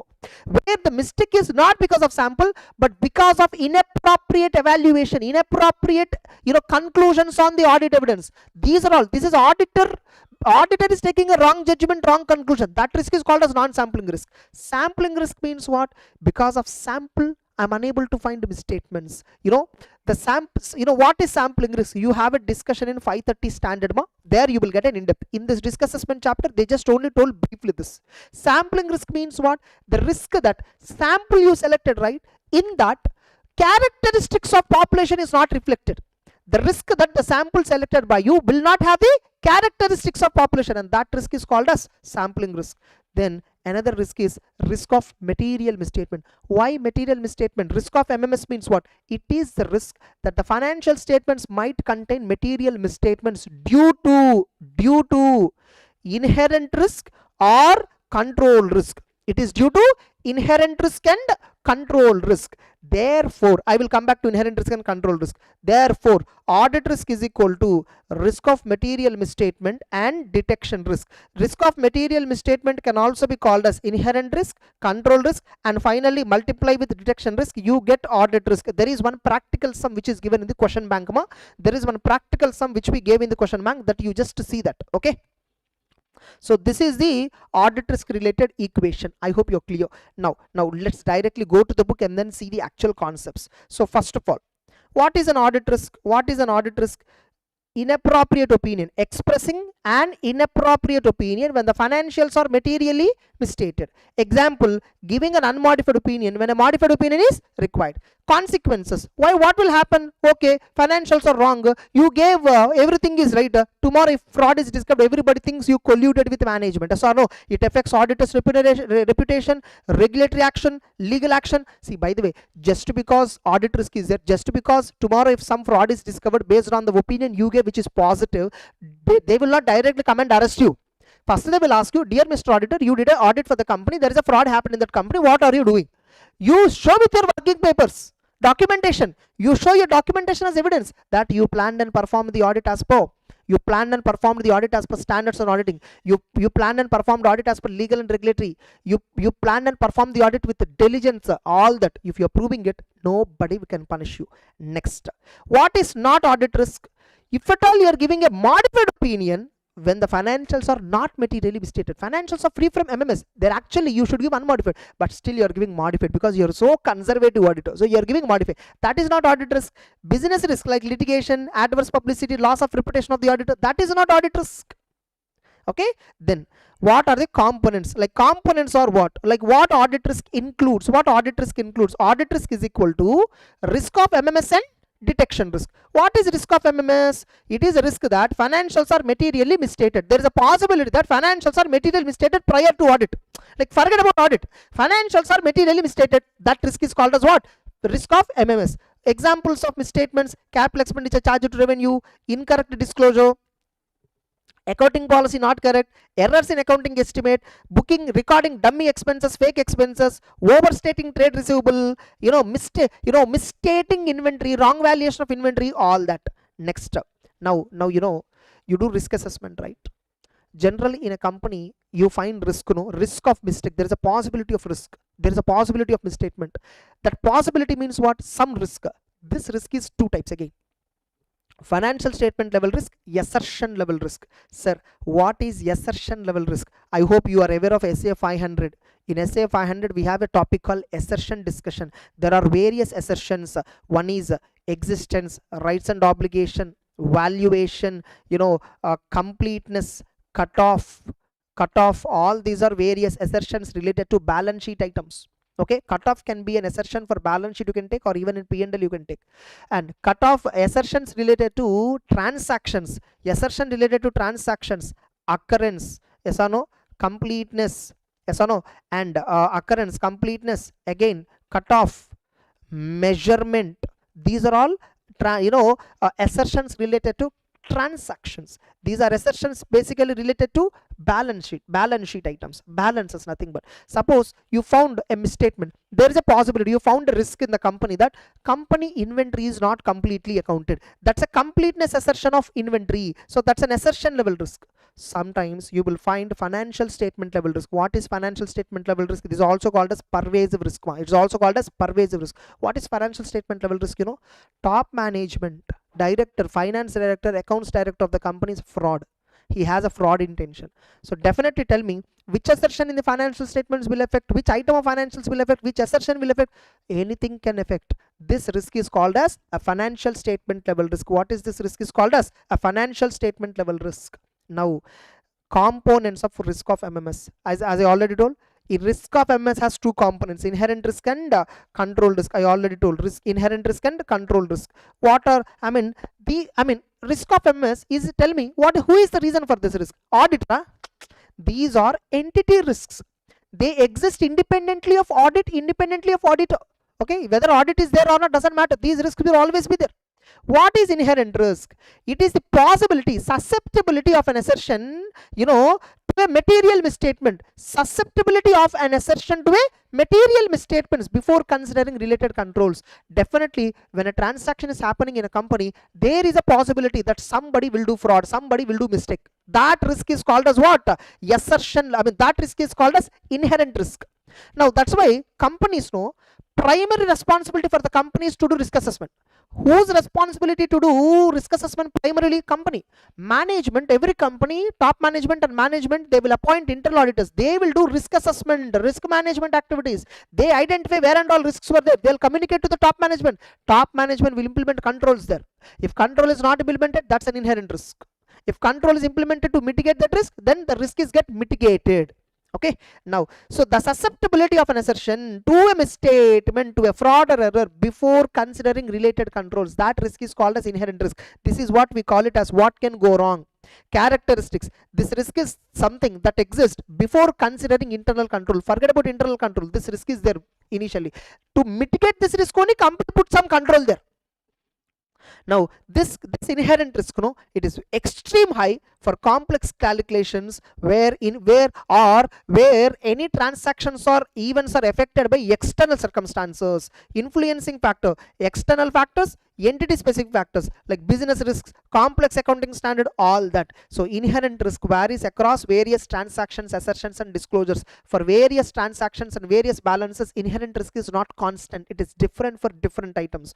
Auditor as designs test of controls and substantive considering inherent risk. We always design our audit procedure based on inherent risk, not just based on control risk. We develop something called risk control matrix. First we will list out all inherent risks, then we'll list out what controls company implemented, then we will put our assessment, is it high risk or low risk. Accordingly we plan our audit. Examples of inherent risk: complex accounting standard, company misunderstood. Industry with high business failure rate, airline industry is an industry where high failure rate is there.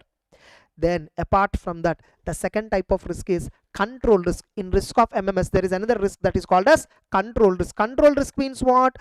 It is a risk that material misstatement will not be prevented, detected, corrected on a timely basis by internal controls. Company implemented so many controls. DMart, you see, controls are there. It's billing person was told, security guard was told to ensure no commodity, no product leaves without billing. Control is there, rule is there. They were trained also, but they are not able to prevent, they are not able to detect. Control is ineffective. So that risk is called as what? Control risk. So control risk reflects characteristics of weakness. Control risk reflects inefficiency of internal control weakness. Higher the control risk, that indicates weaker the internal control system. Example: fire safety controls not followed, petty cash controls breached, cash and checkbook controls not followed. So these are all various control risks. Then another reason why audit risk is there: first of all, risk of MS. Risk of MMS is one of the factor for audit risk. Why auditor? First of all, audit risk means what? Risk of giving wrong opinion on the financials, risk of giving inappropriate opinion on the financials when they were materially misstated. Auditor giving inappropriate opinion on the financials which are materially misstated. So why this audit risk is there? First of all, misstatements, material misstatements are possible in financials, and auditor is failing to detect.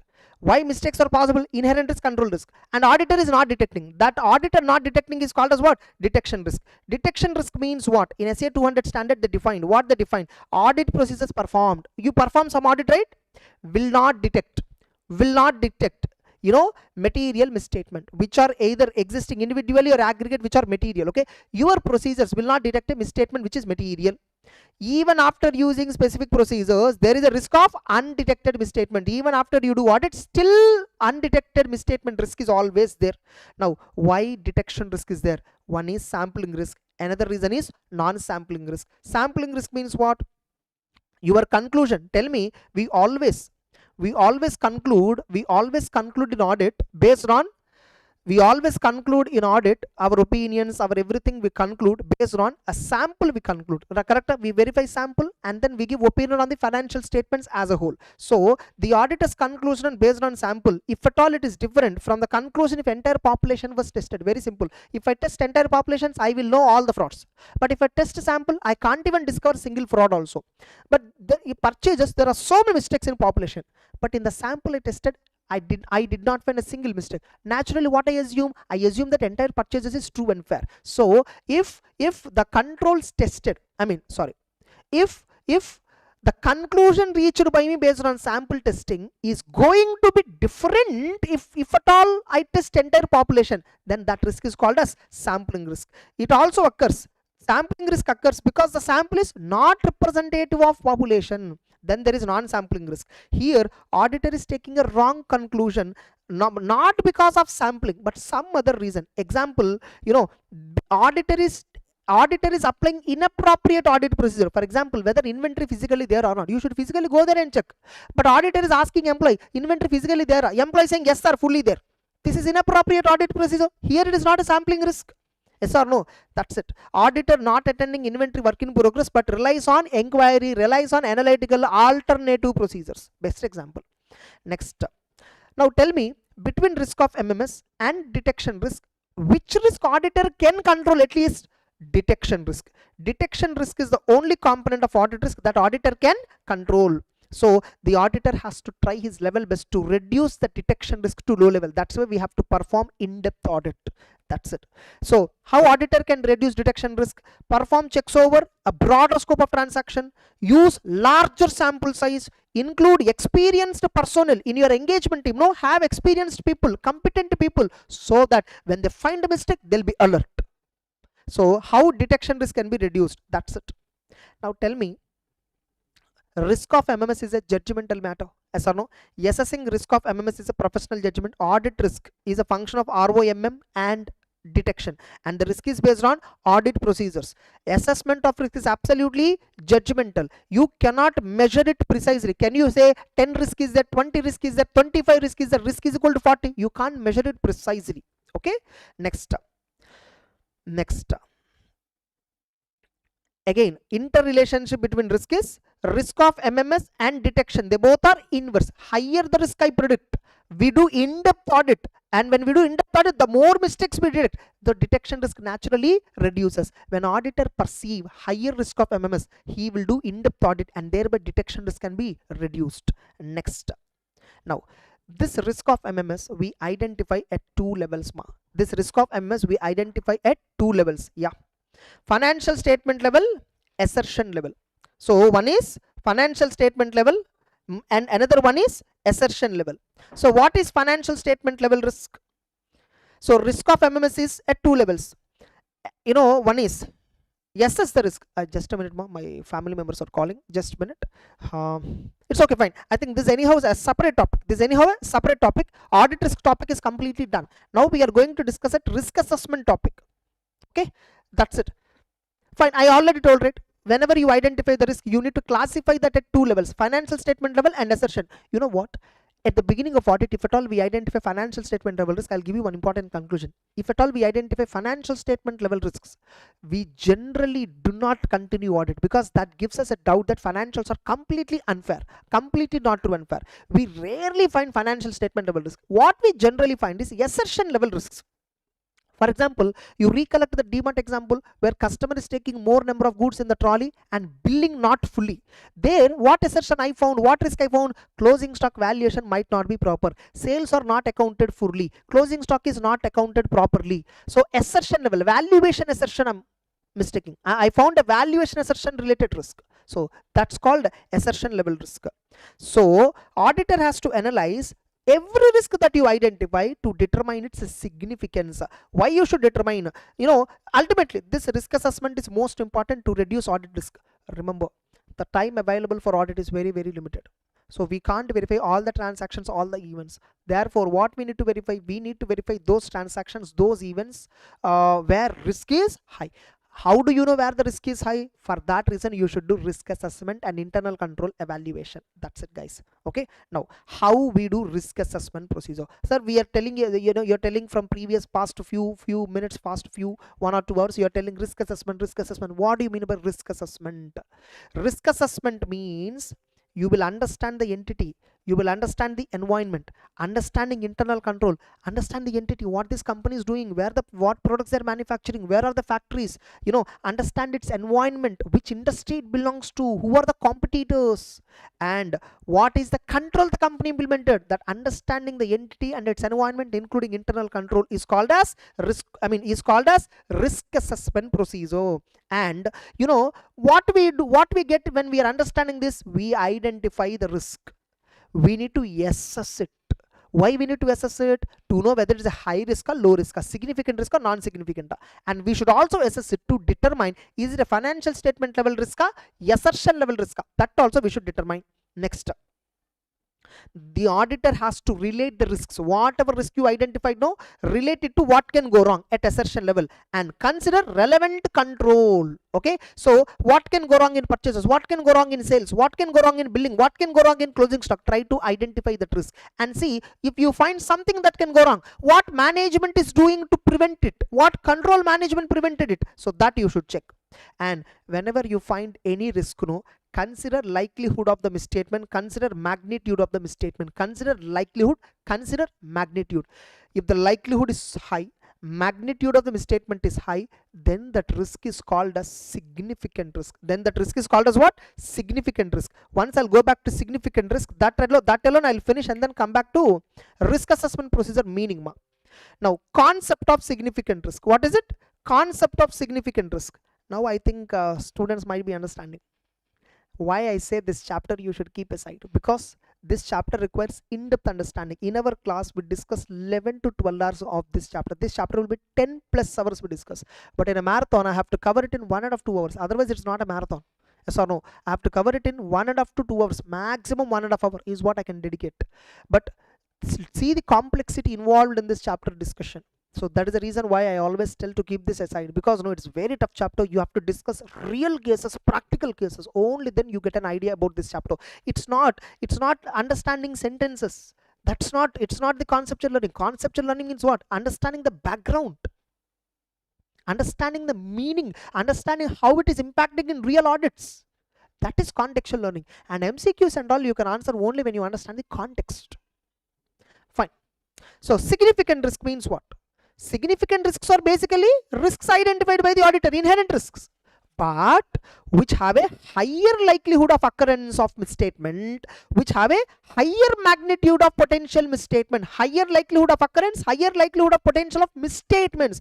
Then that risk is called as, then that inherent risk is called as significant risk. In MCQ they can ask, significant risks or control risks. Strong. Significant risk is basically inherent risk.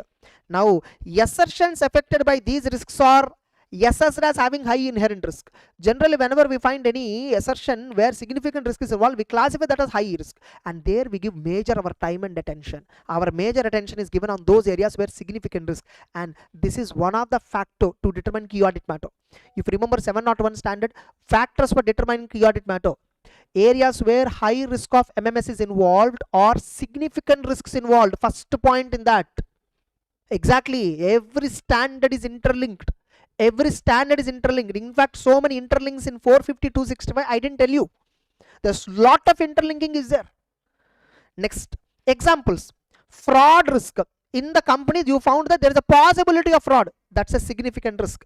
Related party transactions outside normal course of business. In the company, related party transactions are there where the terms and conditions are not generally as how company deal with other customers. Same terms were not there. Related party transactions outside normal course of business. That is significant. By default, these two risks are significant. Many a times this question was asked for 5 marks. Many a times. I discussed at the beginning audit risk, right? What is audit risk? What is not included in audit risk? Components of audit risk. Relationship between audit risk is a relationship between risk of MMS. That is also asked many times. Every topic in this chapter is important, I'm telling you. Next, what is the concept of significant risk? Just now I told, what are the factors that will help? First of all, the factors are two factors we already saw. Fraud risk, whether the risk is a risk of fraud. Is there a recent significant changes in economic and regulatory? Suppose in the regulatory environment some recent major changes happen. Complexity of the transaction involved. Is there a significant transactions with related party outside normal course of business? And how much subjectivity involved in measuring? Suppose if there is a accounting estimate involved, for example, the company is valuing decommissioning liability. Tell me, in PPE you need to value decommissioning liability, right? You need to project present value of decommissioning liability, site restoration. Significant estimate is involved, subjective estimates are involved. That's a significant risk area. And risk, significant risk, one more factor is the transaction is non-routine or something unusual outside normal course of business. Then non-routine transactions which are outside normal course of business, these transactions can also be perceived as significant risk by auditor. So whether a risk is a significant risk or not, how do I know? Risk of fraud involved, significant transaction with related party, non-routine transaction, transactions outside normal course of business, degree of subjectivity involved, complexity of the transaction involved. All these factors will help you to decide whether it's a significant risk or not. What is a non-routine transaction? Tell me, for non-routine transaction, by default we say it is significant risk. Am I right or not? Risk is, non-routine transactions, risk of MMS is greater. Risk of MMS is higher for a non-routine transaction. Why? What is a non-routine? Non-routine is a transaction where management is greatly involving, too much involvement of management. Yes or no? In an accounting treatment, all that. Or company generally collect data and process the data electronically, but at some places the company is manually intervening. Manual intervention in data collection and processing, that increases risk of errors. And non-routine transactions includes what are all non-routine? Complex calculations, complex accounting principles, that increases the risk. And the nature of non-routine transaction make it challenging for the company to implement controls. Remember, in a company, rules and regulations, processes can be implemented for only routine items. Non-routine items, we can't implement rules and regulations. Process and all, we can't implement. Next. And again, risk of MMS is greater for judgmental matters. Again, wherever judgmental matters are there also risk is very high. What are judgmental matters? Accounting principles related to estimates, or accounting principles related to revenue recognition, having different interpretations. Like, a particular accounting standard is there, accounting treatment is there, it has multiple interpretations. There, judgment is highly involved. Which interpretation company will follow? So that's again a significant risk. And judgments are required for subject to complex or assumptions about future events. Generally about future events, any assumptions you take, any complex calculations you take, they are all highly judgmental. For this, in that area, you can classify that as high risk. Then auditor has to document it, guys. What auditor has to document? You discussed among the team member, right, regarding risk assessment, all that you document. And whatever you understood about entity and environment, document. Component of internal control, document. From whom you got the information, you document. And what risks you identified. You identified risks at financial statement level and such level, that also document. And record the risk identified and related controls in the form of a risk control matrix. Generally in our proper EO class, EO regular class, we generally show risk control matrix. We show a risk control matrix of real company and we discuss that, and then we sync with all this concept. That's it, guys. Risk assessment is completely done. Only one point is that also I will cover. Okay. So what is risk assessment procedure? Evaluation. What is risk assessment procedure? Meaning, what is risk assessment? It's a procedure to understand the entity and environment, including internal control, to identify and assess risks at two levels. Like, how you do risk assessment? First, I will inquire. This is most important. Risk assessment procedure includes, many times they have asked it as a 5 marks question. Sometimes this inquiries of management and others. Others means what? Example they ask, 4 marks question. Only others means what? So risk assessment means what? How do I know where mistakes can happen? First you will talk to the company, talk to them, inquire management, inquire top management, those charged with governance, inquire other employees, like governance, to understand the environment in the environment. So you talk to top management to understand how the environment of the entity. You talk to internal auditors to know internal controls and management response to findings, like how internal auditors found any weakness and what management responded. Talk to employees to evaluate appropriateness of accounting policies. Talk to legal counsel, lawyers to know litigations, compliances, frauds, everything. Talk to management people, talk to marketing, sales people to know marketing strategies and sales. Talk to risk management function to know what are all various operational risks were there, what are various regulatory risks were there. Talk to IT people to know what system changes they're doing and failures they're doing. Yes or no? So inquiring with others means you should write entire this answer, which itself can be asked as a 4 marks question. This is one of the method. Another method is observation and inspection. Observe. Only when I went and observed in DMart, I found that customers are taking more goods with them than what is happening in the billing. Am I right or not? So observe the operation. Inspect the document. Observation and inspection. Inspect the document. Observe the client premises, factory, warehouse, godown, sales point. Review management reports and minutes of board meetings, all that. So observation or inspection to understand the entity and environment. Then last one, analytical procedure. Use logics. Are company P&L account shows profit, cash flow statement operating activity shows negative cash flow. What happened? Somewhere credit sales are there, but collection is very weak. Bad and doubtful debts is highly possible. You see, you found a risk on Valuation of debtors, you immediately found a risk on an assertion related to valuation. Assertion, you found a risk related to valuation, which is an assertion related to debtors. So analytical, analyze financial data, analyze non-financial data, identify unusual transactions, identify unusual trends, identify unusual ratios, identify unusual relationships. Yes or no? So example, check the relationship between profit and employee. Unusual relationship that may indicate risk. For example, profit is P&L account profit, but cash flow statement negative. Unusual. Yes or no? Analytical procedures includes 4 types: ratio analysis, trend analysis, reasonableness test, and structural modeling. That's it. In the risk assessment and internal control topic, one of the major topic is this risk assessment only. Major topic that we finished. Okay, then we still have internal control topic is there. Understanding of the entity topic is there. What do you mean by understanding of the entity? That is also important question. Then I told you IFC topic is there, 330 topic is there, 320 topic is there, automated environment. That's it. Another probably I can say 1 hour it will take. I originally thought of finishing within 3 hours, ACA 265, 450, all that, but risk assessment topic is taking time. That's it. But anyhow, you're able to enjoy the sessions, right? That's it. Okay, so we'll just take a break of 15 to 20 minutes and then get back. Okay, just 15 to 20 minutes. You also go and then just have breakfast or whatever, just come back, relax. Yeah, understood.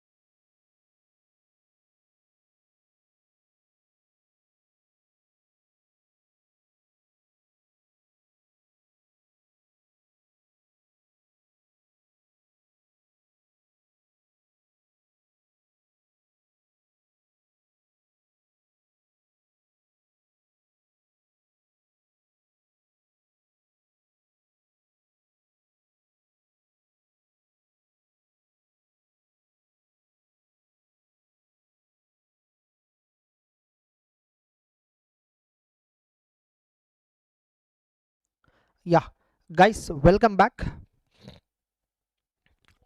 Welcome back, guys. Now, if you observe, risk assessment topic is completed. Now we still have to finish few more topics. So in these topics, no important topics and all I will be covering. Okay, just 1 minute. Yeah, get back. So, understanding of the entity. What do you mean by understanding of the entity and its environment? What do you mean by understanding? Because risk assessment means what? Understanding the entity and its environment. So understanding of the entity means what? Understanding the relevant industry, regulatory, external factors. So understand the industry to which your company that you're auditing belongs to. Understand the regulatory to which it belongs to. Understand external factors. And look at the nature of entity. Second thing that you should understand it was nature of entity. Third thing that you need to understand is accounting policies you should understand. The fourth one, what are the objectives of the entity? What are the strategies of the entity? What are the business risks that the entity is facing? And you should also measure and review financial performance. Measure and review financial performance of the entity. Just a minute. Yeah.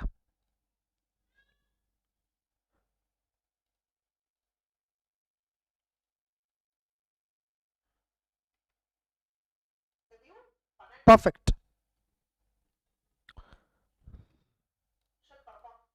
Yes, guys, look at. So 5 things that you need to understand. In exam, sometimes they will ask you not in-depth point. They'll ask you write about understanding the entity and its environment. They'll ask you only the main points sometimes. Okay, but most frequently tested is what, in-depth point. What do you mean by, the auditor has to understand relevant industry, regulatory, and to which it belongs to, like external factors. What do you mean by relevant industry? All that they will ask an in-depth question only on this. Now industry means what? First understand the industry, like who are the competition, who are the suppliers, who are the customers, technological developments, yes or no. These factors give rise to specific risk arising from nature of the business. Next, understand regulatory factors. The second thing that you need to understand is regulatory factors. Include regulatory environment, accounting principles, specific industry regulation, tax laws, all that. External factors, look at economic conditions, interest rates, financing availability, and inflation. So that's it. So these are all the things that you need to understand. Second thing that you should understand is what? Nature of the entity. Nature of the entity means what? Operations. What are their operations? Who are the owners? What is the governance structure in the company? What investments the company made or planning to make? Further, you should also observe what are the business operations, key suppliers and customers. What are the financing activities? How the company debt structure, finance structure, and how the financial reporting, what revenue recognition principles they are following, accounting principles what they are following, financial reporting standards what they are following. So that comes under nature of entity. Further, application. See that entities accounting policies are appropriate and they comply with the financial reporting framework and industry standard. This generally they won't test. Either they will ask you relevant industry regulatory environment, and they will ask external factors, and second one, nature of entity. This is possible. Objective strategies and business risks. This is possible. Now objectives and strategy. The auditor understands objective strategies and related business risks. Business risks, they are broader than risk of MS. Am I right? Risk of MS or business risk, which is broader? Business risk is broader. Okay, the risk can be from anywhere, internal, external, competitors, suppliers, customers, anywhere. So understanding business risk will help the auditor to identify where misstatements are also possible. That's it. Examples, what you need to understand regarding objectives and strategies. Look at industry latest development, what new products and services that were there in the industry, and look at the business expansion plans of the company, all that. Then understand performance measures, how companies measuring the performance. So it will identify where and all pressures were there for the management, and key performance indicators. Example, how do you verify performance? How do you verify the measures? How do you measure performance? How do you review financial performance of the company? Look at key KPIs, key performance indicators, like financial metrics, non-financial metrics, financial performance analysis, external reports. Then tell me, this understanding is not a one-time process. Understanding is a continuous process. This is 5 marks question. This itself can be asked as a 5 marks question. Understanding is a continuous. At the time of planning, understanding is critical for planning the audit. Understanding is critical for identifying areas where special attention should be given. Without understanding the business, how do you know where risk is there, where you should give focus on? Because I told you the time available for audit is very limited. And understanding required for gaining knowledge about client business, which is essential for proper conduct of audit. And remember, understanding of the entity is a continuous dynamic process of gathering, updating, analyzing information throughout the audit. Then importance of understanding. What is the importance of understanding? Why this understanding will help you? It will help you to identify and assess first risk. It will help you to decide materiality level.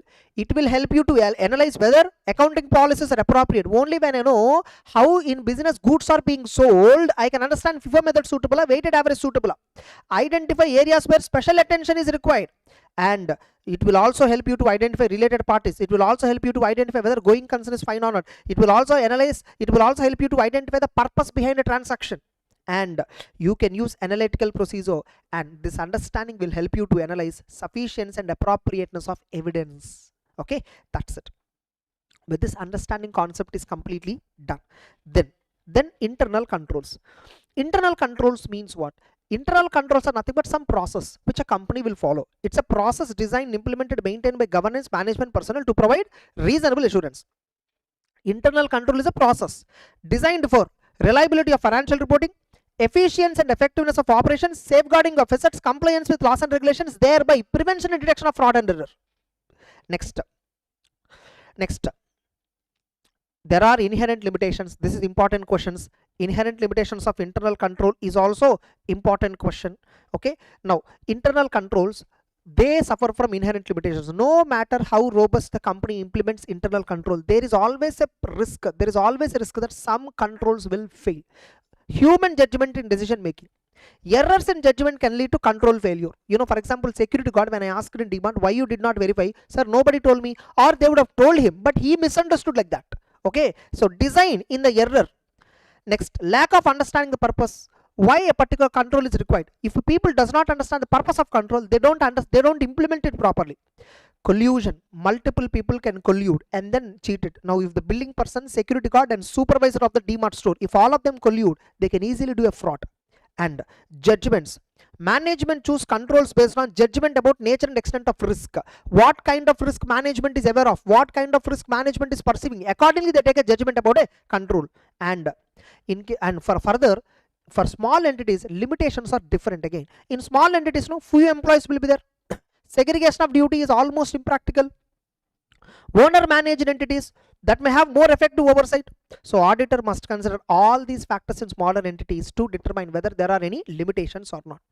Then we have internal control system. Means, what is an internal control system? Internal control system is divided into 5 components. 1. Control environment, risk assessment process, information system, control activities, monitoring. Tell me, who is responsible for this entire components of internal control system? Management. Management is responsible for having a proper control environment.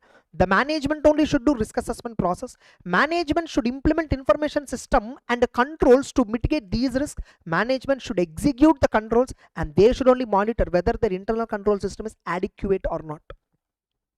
Now, what do you mean by control environment? Control environment means what? Governance, management functions, attitudes and actions. Control environment sets the tone of the organization. Elements of control environment. What are the elements of control environment? Elements are, controls cannot rise above integrity. Means control environment is so important. If top management is very disciplined and effective, entire organization will be disciplined generally. The effectiveness of controls in a company will not rise above integrity of the top management. Integrity and ethical behavior influence overall controls in the company. Like what is control? How control environment can be seen? Through policy statements, through code of conduct, through management actions you can see. And how far management is commitment to competence. Like first one. What are the elements of control environment? Once again, first side headings alone I'll see. First element is communication, enforcement of values. How far the entity is communicating and enforcing values. Second, how much they are giving importance to competence. How much participation by top management, direct participation by top management. What is the management philosophy? What is the organization structure? Assignment of authority, and what are the HR policies. Okay, for example, I'll read HR policies, which is important. HR policies related to recruitment, training the employee, evaluating employee, and giving promotions, paying compensation accordingly. Where recruitment mainly focuses on qualifications of the employee, experience of the employee, honesty, integrity of the employee. Training includes roles and responsibilities through seminars and schools. Promotions are based on performance appraisals, ensuring advancement of qualified personnel. Are you clear? Tell me, just because environment is satisfactory, does it mean frauds will never happen in the company? A satisfactory control environment is not an absolute deterrent to fraud. That statement is wrong. A satisfactory environment can reduce the risk of MMS, but they help lower the may help in lower the risk of fraud, but it is not absolute deterrent.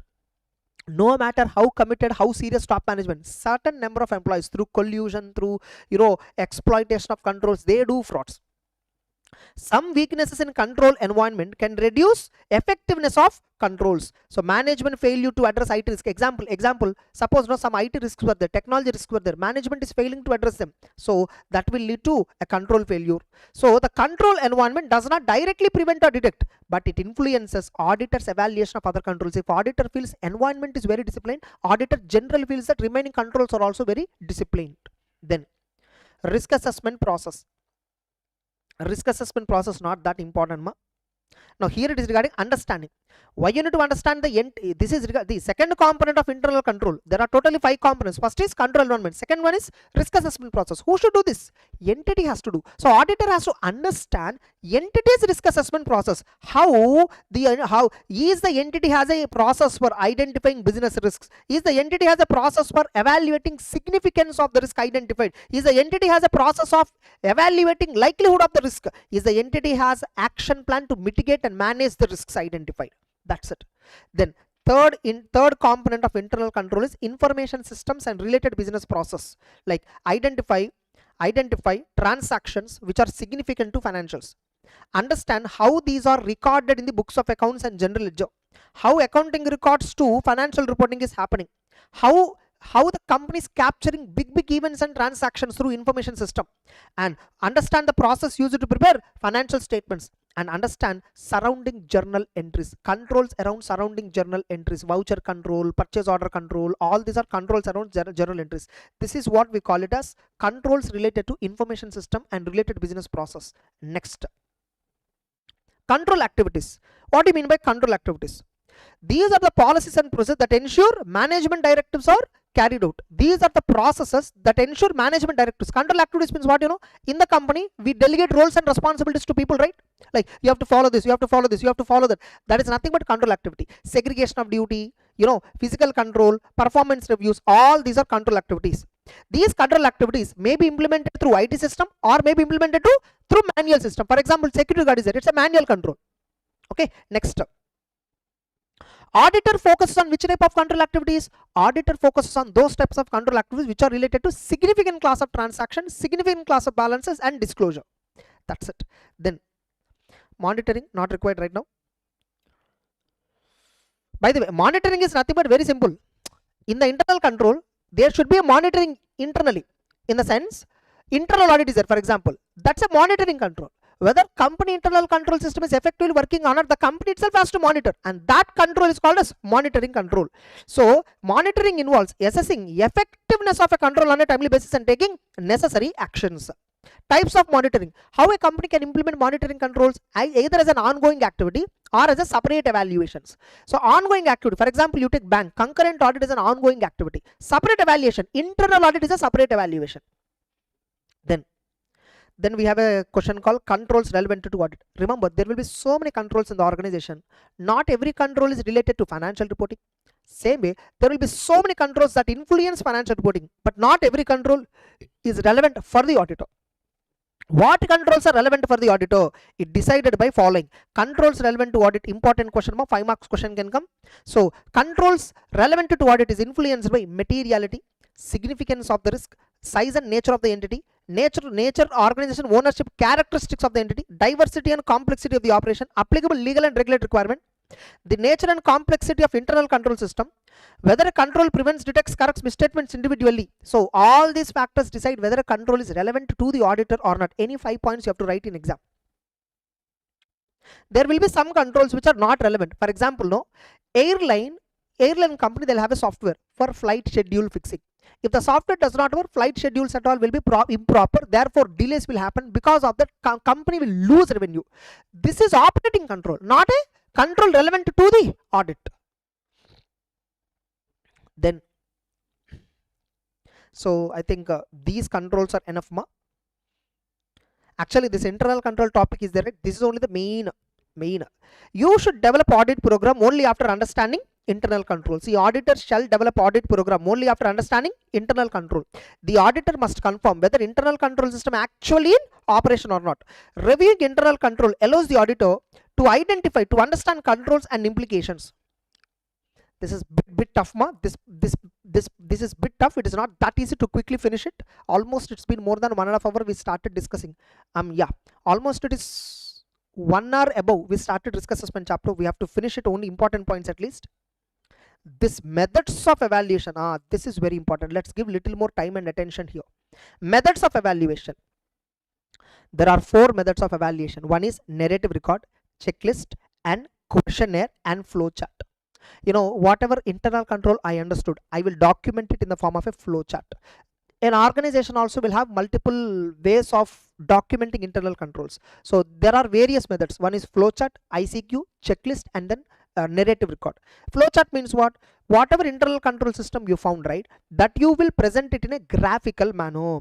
It gives a concise view. It reduces narrative. Narrative means what? You don't have to read paragraphs. What you understood, you can simply put it as a diagram, and shows flow of transaction and give you a bird eye view. You can easily identify where and all loopholes were there. All that you can easily identify in case of a flowchart. Questionnaire means what? You are asking questions. Do you have a purchase order control?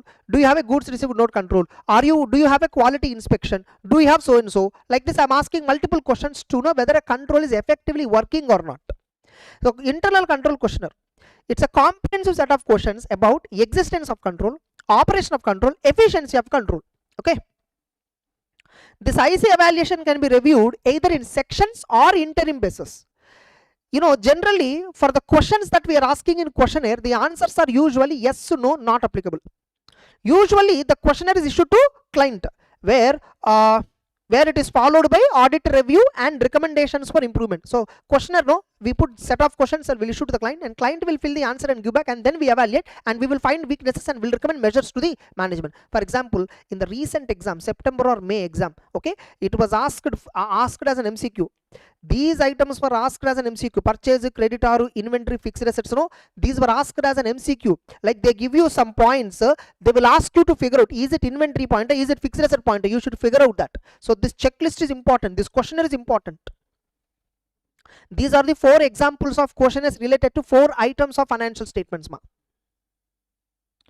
Then automated environment, then this we will cover. Automated, this is important topic, this we will cover little depth. What is automated environment? It is an environment where business process, business operation, accounting, decision, process, operation, accounting, decision, everything is happening through systems. That's an automated environment. What are the key features?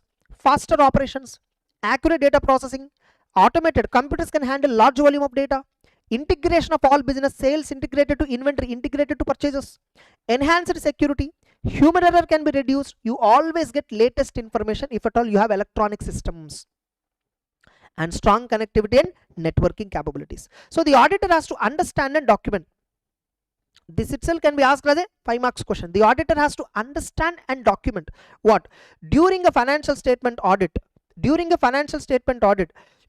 auditor must understand entity and its environment, including IT environment.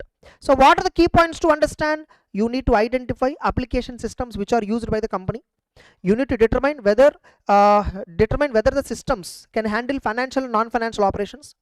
Where the system is installed, is it a local system or is it a global? For example, if the company is using SAP is a global software, and where you don't have your data in your computer, the data will be there in SAP servers. Architecture, is it a desktop based architecture or client server architecture? Which version the company is using? You need to document all this. All this you need to document. What is the interface? Check the interface between multiple systems. Is the system in-house or packaged? In-house system means what? We customized it completely as per our requirement. And in in-house systems, basically the risk is very high. Packaged software is ready-made software which is well tested by so many players. So the error rate in that is very less. And identify outsourced IT task. Company will outsource some activities. For example, payroll processing, they will outsource. So look at it. Key IT personnel, know the roles of important people in the company: Chief Information Officer, Chief Information Security Officer, and System Administrator. All this you need to document in the below format. Next. Now tell me, by using IT, we are having so many risks. We are having so many risks by using IT. What are the risks? One, inaccurate data processing. Data may be processed wrongly. For example, a credit transaction, a sale transaction might be, a credit sale transaction might have been entered as a cash transaction.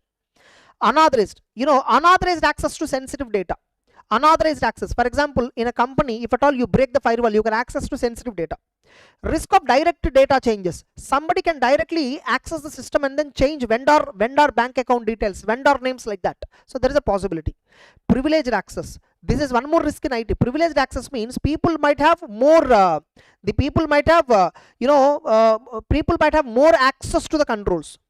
Segregation. Inadequate segregation of duty leading to risks. Unauthorized modifications to the system.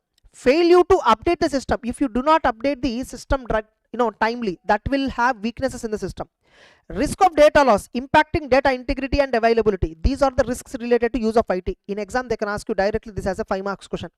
What are the risks that are arising from use of IT? What are the risks that are arising from use of IT? Impact of IT risk. Now tell me, these are the risks, right? What is its impact on the audit? On the audit, what is its impact? It impacts substantive checking. Because of so many risks involved, auditor will not believe the system. So the auditor has to check more and more transactions. It impacts on controls. Auditor will not rely on the control. So therefore, auditor has to do additional work, and it impacts reporting.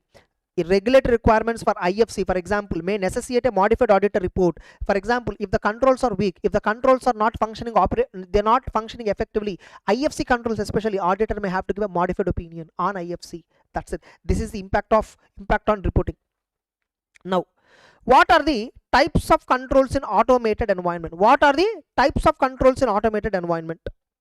So controls are two types: general IT controls, application controls. Again, general IT controls has 4 parts. In recent one of the MCQ, they gave one sentence, and it comes under which control? They're asking data center network operation controller, program change controller, system development SDLC controller, access security controller. Where it comes under, they're asking that. Look at general IT controls. General IT controls means what? For example, you take a computer, you have, the moment you open, you have a password for it. That's a general IT control. You log in into application. Suppose you have a phone. That phone has a password. That's a general IT control. And you keep the phone safely. That's a general IT control. Yes or no? Now, after opening the password, somebody want to open bank login. You have some internet banking app. It has a password. That's an application control. What is it actually called as? Application control. Now, what are components of general IT controls? This itself can be asked as a 5 marks question. Components of general IT controls. What are they? Data center and network operating controls, program change controls, access security controls, system development and maintenance controls. Example, production systems. Whether production systems are meeting financial reporting objective, production systems, are they meeting with financial reporting? That's a data center control. Computer operations, batch job execution, backup, storage, restoration, data center control. BCP, DRP plan, data center control. Second one, program change. Whether modified systems meet financial reporting objectives through change management process. Whether any system that we modify, is it meeting with financial reporting objective, and how it is changed? Is it changed through the process approved or not? That's a program change control. Access security. Ensure that access to programs and data, covering security policies, data security, physical security. Access to programs and data must be authenticated and it must be authorized. System development. See that whatever the systems the company is developing are meeting financial reporting objectives. Okay, like project management, testing, quality assurance. These are all system development and maintenance controls. Next, characteristics of general IT controls. These are pervasive controls, which are also called as indirect controls, which is also called as ELCs, entity level controls. We have in CA final in-depth discussion. Next, application. These may be automated controls or these may be manual control, which are at a business process level. For example, a customer want to access internet banking, that's an application control. So this application control will ensure data completeness, accuracy and integrity. These are embedded in IT systems. IT dependent controls. Here what we do, we rely upon, we believe data and report produced by system and then some manual control. For example, IT dependent control, effectiveness, IT dependent control effectiveness depends upon reliability of data. They require general IT control to ensure effectiveness and reliability. Interrelationship between controls. General IT controls and application controls are interrelated. General IT controls, they support functioning of application controls to ensure complete and accurate. This is important for true or false statement based MCQ. You will have MCQs which are true or false based. Now, there all these statements are important. I know this chapter I'm going little fast because the chapter is so vast. The chapter is so vast. I told, right, it will take a lot of time for us to in-depth discussion. How I discuss 265, 450, in the same way I cannot discuss this particular chapter because this is so heavy. Now, what are the testing methods used in automated environment? Testing methods. How you can test in automated? Inquiry, observation, inspection, reperformance. Inquiry is least efficient. Reperformance is, most efficient. Inquiry is most efficient. And reperformance is least efficient. Remember this point. Inquiry is least effective, whereas reperformance is most effective. Inquiry, you can quickly do it, most effective, but the evidence is not solid. It's least effective. Reperformance takes lot of time. It's least efficient, but the evidence you get is very, very solid. That is most effective. These are the 4 testing methods used here. This is what frequently asked. Application of audit test. Like, by the way, which audit test auditor has to use, which test auditor has to use, depends upon auditor's judgment. Okay. So now, application of audit test depends upon factors, various factors such as risk assessment, control environment, desired level of evidence required. If auditor wants greater satisfaction, higher level of assurance, he go for reperformance. So what are the key points to consider when you are checking automated walkthrough? Understand how a transaction is processed from the beginning to end. Configuration. Review application configuration. System log. Examine logs to identify changes. Review technical and user manuals. Do negative testing. So these are the ways. You test these particular various internal controls. Characteristics. In this, one important point is there. 4th point. Manual controls are suitable wherever judgment and discretion is required. See, not everywhere automated control, system controls is useful. At some places, manual controls are usable. For example, is the system working correctly? You can't put another robo and then check it. So, monitoring effectiveness of automated control, whether automated control is effectively working or not, a human being only can check it. And unusual and non-recurring transactions, there manual control only is suitable, automated control not suitable. Where errors are hard to define. Sometimes a control is there to prevent an error, but if what error we get, if at all we are unable to predict, their manual control has to be put. And changing circumstances, where the circumstances are dynamic, there you can't automate because system will only work in the same way constantly. But now AI tools are coming, the AI is learning the transaction pattern and it is upgrading all that. Manual controls, there is a limitation. What is the limitation? It is less reliable because susceptibility, possibility to bypass error, inconsistency. Manual means human being is performing. He may not perform consistently throughout. Especially manual controls are not suitable for high volume transaction, recurring transactions where automated controls is more effective. Activities where specific processes can be automated. If at all you can automate it, they're better you automate. Don't put manual control. That's it. Then what do you mean by data analytics? Data analytics means what? Data analytics is nothing but analyzing the data. Companies benefit a lot from data analytics. They analyze data through CAT tools. CAT tools are used to analyze the data. Okay, CAT. What is CAT? Tools and techniques used by auditor to analyze electronic data for obtaining audit evidence. Data analytics means what? It's a combination of process, tools and techniques to extract meaningful information from vast amount of electronic data. What is the significance of data analytics? Auditors use data analytics in audit for testing electronic records. Like where auditor will use data analytic tools for testing completeness of transactions, for doing sampling, for recomputation of balances, for performing calculation on depreciation and bank calculation, for analysis of journal entries as required by 240 standard, for doing fraud investigation. These are all various places where auditors and CS use data analytics. Then digital audit, not important. SSN report findings also not important. IFC. In IFC, what are the objectives of IFC? Same objectives like internal control, safeguarding of assets, prevention of fraud, maintain accuracy and completeness of accounting record, reliability of financial reports, compliance with laws and regulations. Who is responsible for IFC? Directors and managements are primarily responsible for implementing and maintaining internal financial controls. The auditors will validate reports based on design and operating effectiveness. See, if I have to discuss again this topic detailedly, it will not be like a revision marathon. It will not be like a brushing up. It will be like a discussion of a regular class, which is tough for me. Okay. Now, see, I'll give you one backdrop regarding IFC. Controls, there is something called COSO framework. As per that, there are 3 control objectives. One is finance, one is operations, another one is compliance. Accordingly, 3 types of controls are implemented: financial controls, operating controls, compliance controls. 3 types of controls will be there: financial, operating, and compliance controls. Now look at, see, like this is what a marathon because small topics I can explain in depth, but this risk assessment is so big because it's already 1.5 hours I'm explaining. Still we not even covered half the topic. Maybe okay, in between some 15 minutes break is there. 1 hour 15 minutes we took only on, see the volume of the chapter. So that is the reason I'm quickly finishing it up. Okay, so stressful.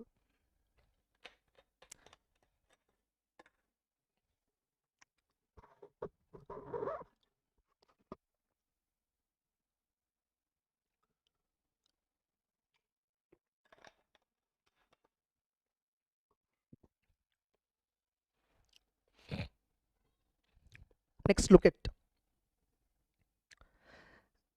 the very reason why for me I don't handle risk assessment topic in revision classes, because when I handle risk assessment topic in revision, the expectation will be high, but the chapter volume is so big, because literally it takes 12 hours for me to discuss this topic.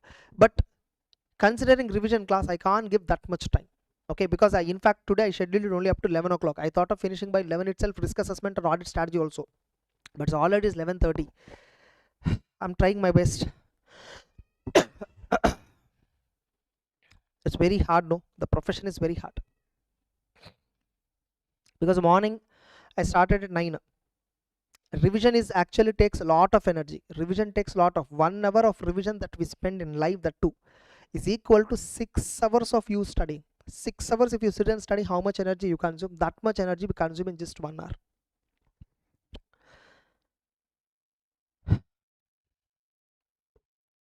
Fine, it's okay. So I'll do one thing from here. After I'll just explain few topics rather than covering everything. I just take few important topics and then explain, so that I can give some decent explanation. Okay, now under Companies Act, this IFC topic is discussed at multiple places. What are the places where they discussed it? 134. This is regarding director responsibility statement. In a company, director responsibility statement is part of board of directors report. In the board of directors report, in a director responsibility statement, the director has to talk whether company has laid down IFC or not, and whether they are adequate and operating effectively. Directors have to tell this in the director responsibility statement. That's a requirement under 134 section.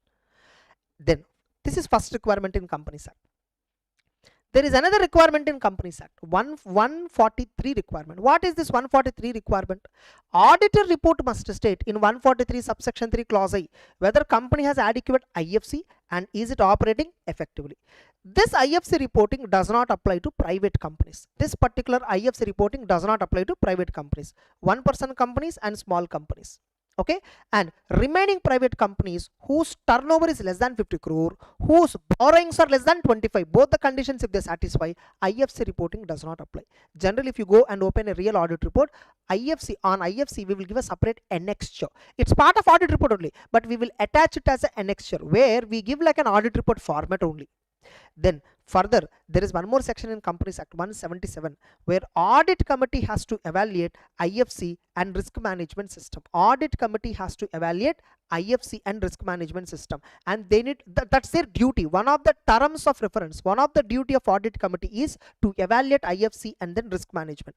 Again, there is 149 as per independent directors. The independent director, one of the responsibility is ensure integrity of the financial information. Independent director has to ensure financial information is integrity is maintained, means there is no changes made unauthorizedly. They must ensure financial controls and risk management systems are robust and defensible. The independent director should ensure the financial systems, the financial controls and risk management systems are robust and defensible. So under these 4 cases, IFC is discussed. Sometimes in exam they can ask you directly this point. So what are the cases where under what circumstances Companies Act, under what provisions of Companies Act IFC is referred? Different provisions. You see, the Companies Act emphasizes implementation and reporting of internal controls. IFC is used at some places. What are they? They can give you a 5 marks question like this. Directly you can ask. You can write this. Just a minute.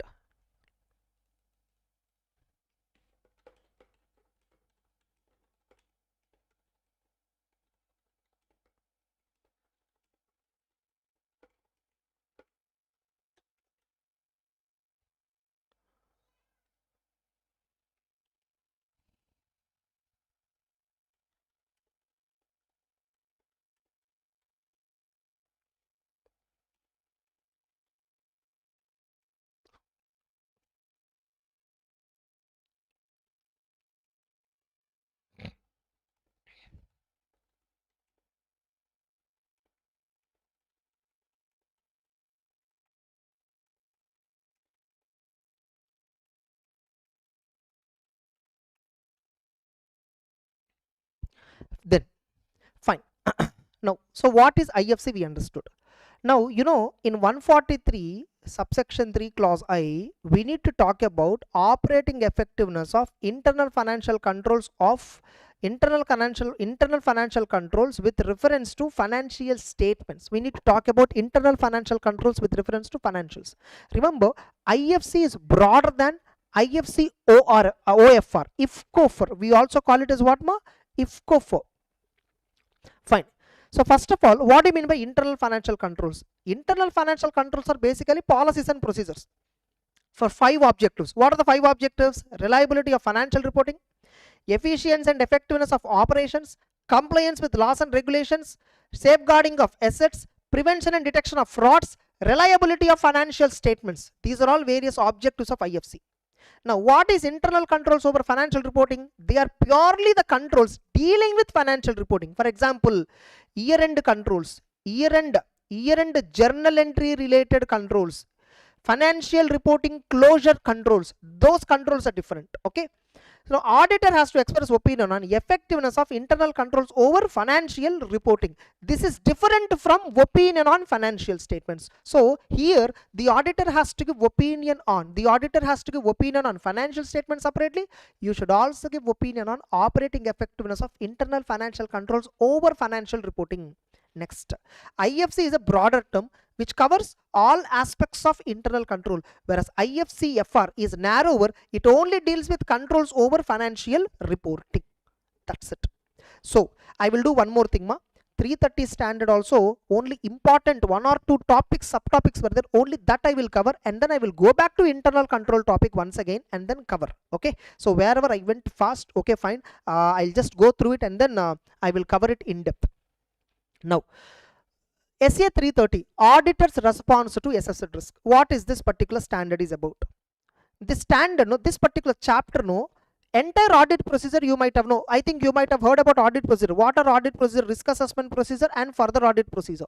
What is risk assessment procedure? SA 315. Further audit procedure is nothing but SA 330 standard is dealing with further audit procedure. SA 315 is dealing with risk assessment. SA 330 is covered under further audit procedure. Now, further audit procedure is covered under SA 330. What are further audit procedure? Compliance procedure and substantive. Compliance procedure is test of control. Substantive procedure is test of details and substantive analytical procedure.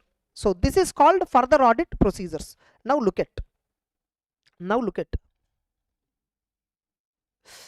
So in this,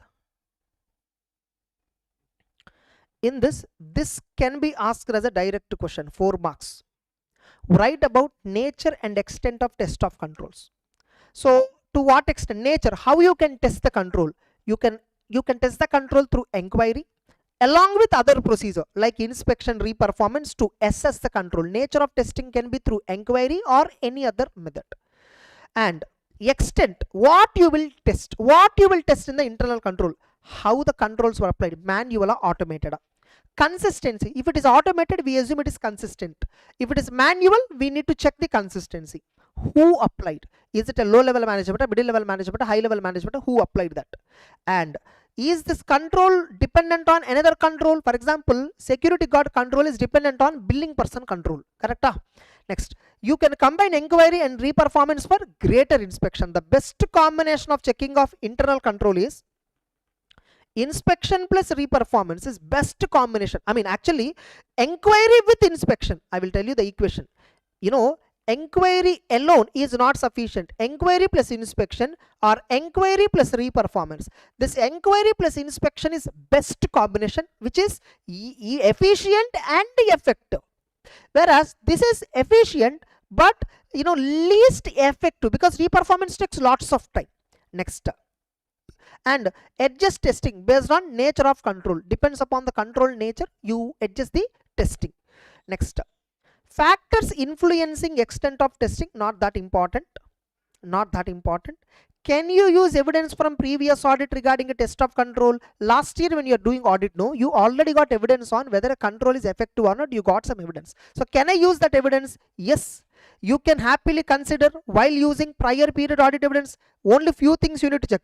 See whether other internal control elements like control environment and monitoring controls in the current year, are they still effective? Check out.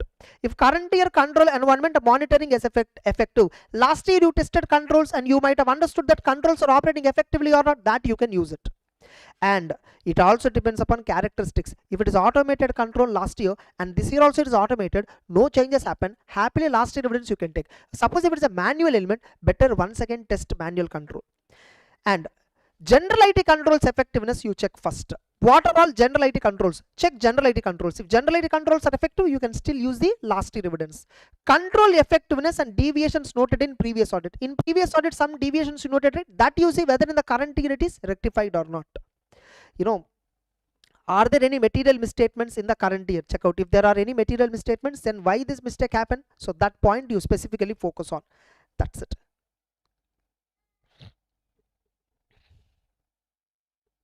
Then substantive procedure. Now, when auditor will perform substantive procedure, regardless of assessed risk, you have to perform substantive procedure for each class of transaction, account balance and disclosure. Whatever the risk, is it high risk or low risk, doesn't matter. You have to verify, like for each class of transaction, balance and disclosure, irrespective of assessed risk, you have to perform substantive. Nothing but, sir, controls are effective, sir. Risk assessment also, the company has no risk, sir. Can I skip transaction checking, balance checking? No, you must do at least 100 samples, 50 samples you must check. Then, now, the ultimate objective of substantive is to identify material misstatement at session level. Remember, you can't find a material misstatement without substantive procedure. You check control is weak. What exactly mistake happened in financials? You don't know. How much mistake happened in financials? You don't know. How much mistake happened in financial statements? Is there a misstatement in financial statements? You can only discover that through substantive procedure. Types of substantive: test of details and substantive analytical procedure. Analytical procedure means what? Establishing relationship between financial and non-financial data. Considering relationship between financial and non-financial data. Investigate fluctuations in inconsistencies. I told you, remember, P&L account has a profit, cash flow statement has a loss. Inconsistent, right? Relationship is inconsistent. Investigate. Use ratios to support reasonableness. Next, Nature and extent of substantive procedure. What is the nature and extent? You can only perform analytical procedure if sufficient to reduce the audit risk. Use test of details if supported by control testing. Combine analytical and test of details for most responsive. See, substantive procedure includes test of details and substantive analytical, right? You can use both. You can use both. That is the best response for the assessed risk. Sometimes auditor can decide only analytical I'll perform. If control testing is good, analytical alone I'll perform. And increase extent of procedure when control tested were unsatisfactory. Suppose if at all when you tested the controls they were not satisfactory, increase the extent of testing. Consider sample size and alternative testing method when designing test of details. When you're testing transactions, all that sample design, sample methods, all that you keep in mind. That's it. So nature and extent of substantive, this is important. Nature and extent of test of controls, this is also important. Nature and extent of test of controls, these two are important in this standard. By the way, this standard is dealing with further audit procedure. This standard heading, you see, response to assessed risk. 315 standard heading is what? Identifying and assessing risk of MMS. Identifying and assessing risk of MMS through the entity. Identifying and assessing risk of MMS through understanding the entity and its environment. Yes or no? Assessing the risk is done in 315. You assess it, no? Is it high risk or low risk? Now how do you respond in audit? That is 330 standard deals with that. That's it. That's it, guys. Then we have 320 standard. Somebody is asking, question bank, I mean GOAT notes is enough, but in question bank what I will tell you is at least refer this one. Exceptional questions I will request you to refer.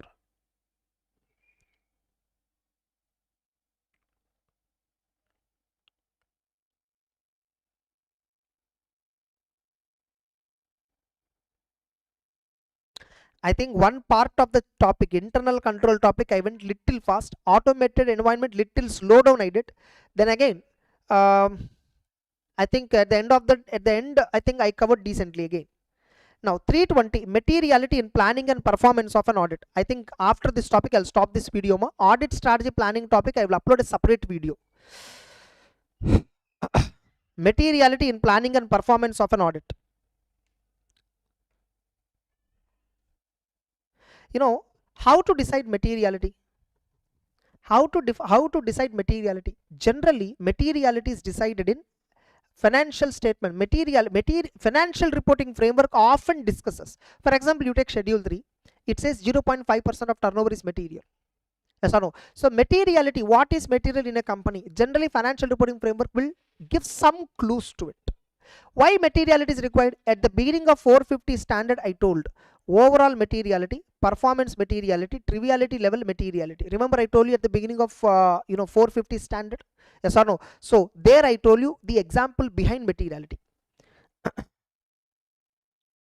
Now what do you mean by a material misstatement?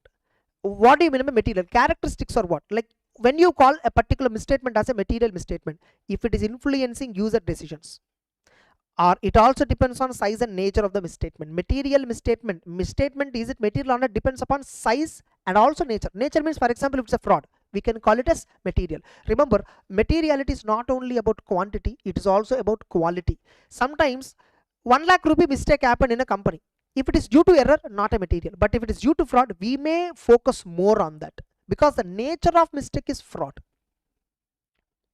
If the financial reporting framework does not define materiality, these characteristics you can take into account. Next, we have to take some assumptions about financial statements. 4 marks question can come. The auditor has to take some assumptions about financial statements in the context of materiality. What assumptions? I assume that users have a reasonable knowledge of business, economics and accounting, and they are willing to study financial statements. I assume that users have a reasonable knowledge and they're willing to study financial statements with diligence. I assume that they are aware of the concept of materiality. We need to take, sir, see, generally, if you see audit report and financials, who will understand them? We generally get a meaning that who will understand them? No, you should not think like that. Auditors should assume that users will have a reasonable knowledge of the financial statements. They have the understanding of materiality. You assume that they know the concept of uncertainties about future. You assume that users will read the financial statements to make economic decisions. These are the 4 assumptions which auditor has to make about users. Then Then how do we decide materiality? Materiality is how we decide, for example, materiality is equal to 0.5% of turnover. Turnover is the benchmark we used here. So look at the below. Materiality is applied. The materiality is generally applied as a percentage on a benchmark. Professional judgment determines the percentage to be applied on a chosen benchmark. The percentage of benchmark like PBT is typically higher than for the revenue. Generally, if at all I'm taking percentage of profit, the profit percentage is generally higher, turnover percentage is lower. I can take 0.5% of turnover or 5% of profit, whichever is higher or whichever is lower, I can take that as a materiality. Look at. Now, from where you can select the benchmarks? By the way, see, I will what is materiality? 0.5% of turnover or 5% of profit, something I can take, right? Profit and turnover I told, right? From where I can take them? You can take them from, current period financial results, or you can take from prior period results, or you can take them from budgets and forecast. Okay, so that's it. Then examples. What are various benchmarks? PBT, revenue, gross profit, total equity, or net asset. Sir, which benchmark I should use? It depends upon the type of the entity. It depends upon the entity. If at all turnover is constant, take turnover. If profit is constant, take profit. Profit is like always companies growing at 10% growth rate, for example, some pattern is there, take profit. If there is huge variation in profits, like for example last year loss, that before year profit, this year again some profit, and estimation for the next year is loss again. So if profit is highly volatile, don't take profit, take revenue. That's it. Look at it. If materiality determined on PBT, but this figure is exceptionally fluctuating, then auditor will use a normalized profit before tax approach or some other benchmark he can choose. And documentation of materiality. What do you mean by documentation? Materiality level may change during the audit due to occurrence of new circumstance, availability of new information. See, generally, originally we decide materiality based on estimates, but once we are concluding the audit, as per 450 standard, you should revise materiality once again based on the actual financial results. So materiality will not be constant. Materiality will be revised as the audit progresses. Why? One, because some new circumstances might have happened, new information came to the knowledge of auditor, and actual financial results are different from anticipated results. That's what originally we decide materiality based on anticipated results. Later we once again decide based on actual results. 450 standard we have seen. The auditor once again, before evaluating uncorrected misstatements impact on financials, the auditor has to reevaluate materiality because actual results might be different from estimates that were there at the earlier time. Higher risk of MMS than initially predicted. If at all you thought initially low risk, so you kept materiality low. You kept materiality, performance materiality higher level, close to overall level, but you predicted now the risk. So the gap between overall materiality and performance materiality will increase. Performance materiality has to be reduced now. And enhanced understanding of client's business during the audit. By the way, if at all you want, I can do one thing for you. If at all you all want now, my previous version risk assessment chapter is there, full chapter, because you feel revision faster, no? But that is some 10 hours I guess, but it's okay, I don't mind at all. I will give risk assessment topic full chapter if you want. On the YouTube I can upload full risk assessment chapter. That's very in-depth topic, but you will love it because there I discuss so elaborate, so in-depth I discuss, because everywhere you will find a real example. If at all you want it, just comment below, I will post it. Okay,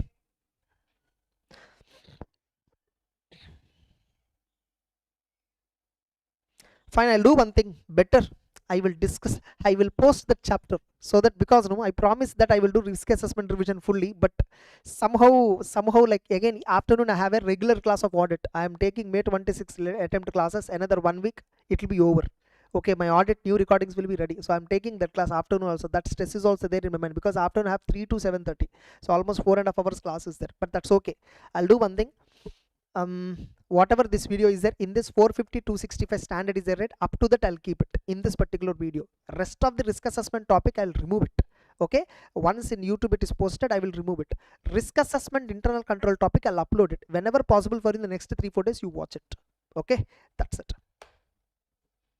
better I'll do that, because discussing this chapter revision quickly within 2 hours will not justify this. It will not justify within 1.5 2 hours. If at all someone try to discuss this, it will not justify at all. You saw it, you just now saw it, how big the chapter is. That's it, guys. Okay, I'll wind up the session. Risk assessment internal control topic fully I'll upload it as a demo video. I think that will be best for you. Okay, it will be a demo for our future students, and it will also help people who want to revise, who took that particular chapter's choice because it is difficult. Okay, yeah, fine, I'll wind up this. Yeah, audit strategy I'll upload a separate video. I'll upload a separate video. Audit strategy I have a separate video, I'll upload that. Now I will upload in the moment within half an hour. What I will stream is, I will stream for 580, 560, 260, these three. There again I will discuss in depth. Okay, I already covered it just yesterday. I took that particular class. Okay, that particular revision, that itself I will stream it.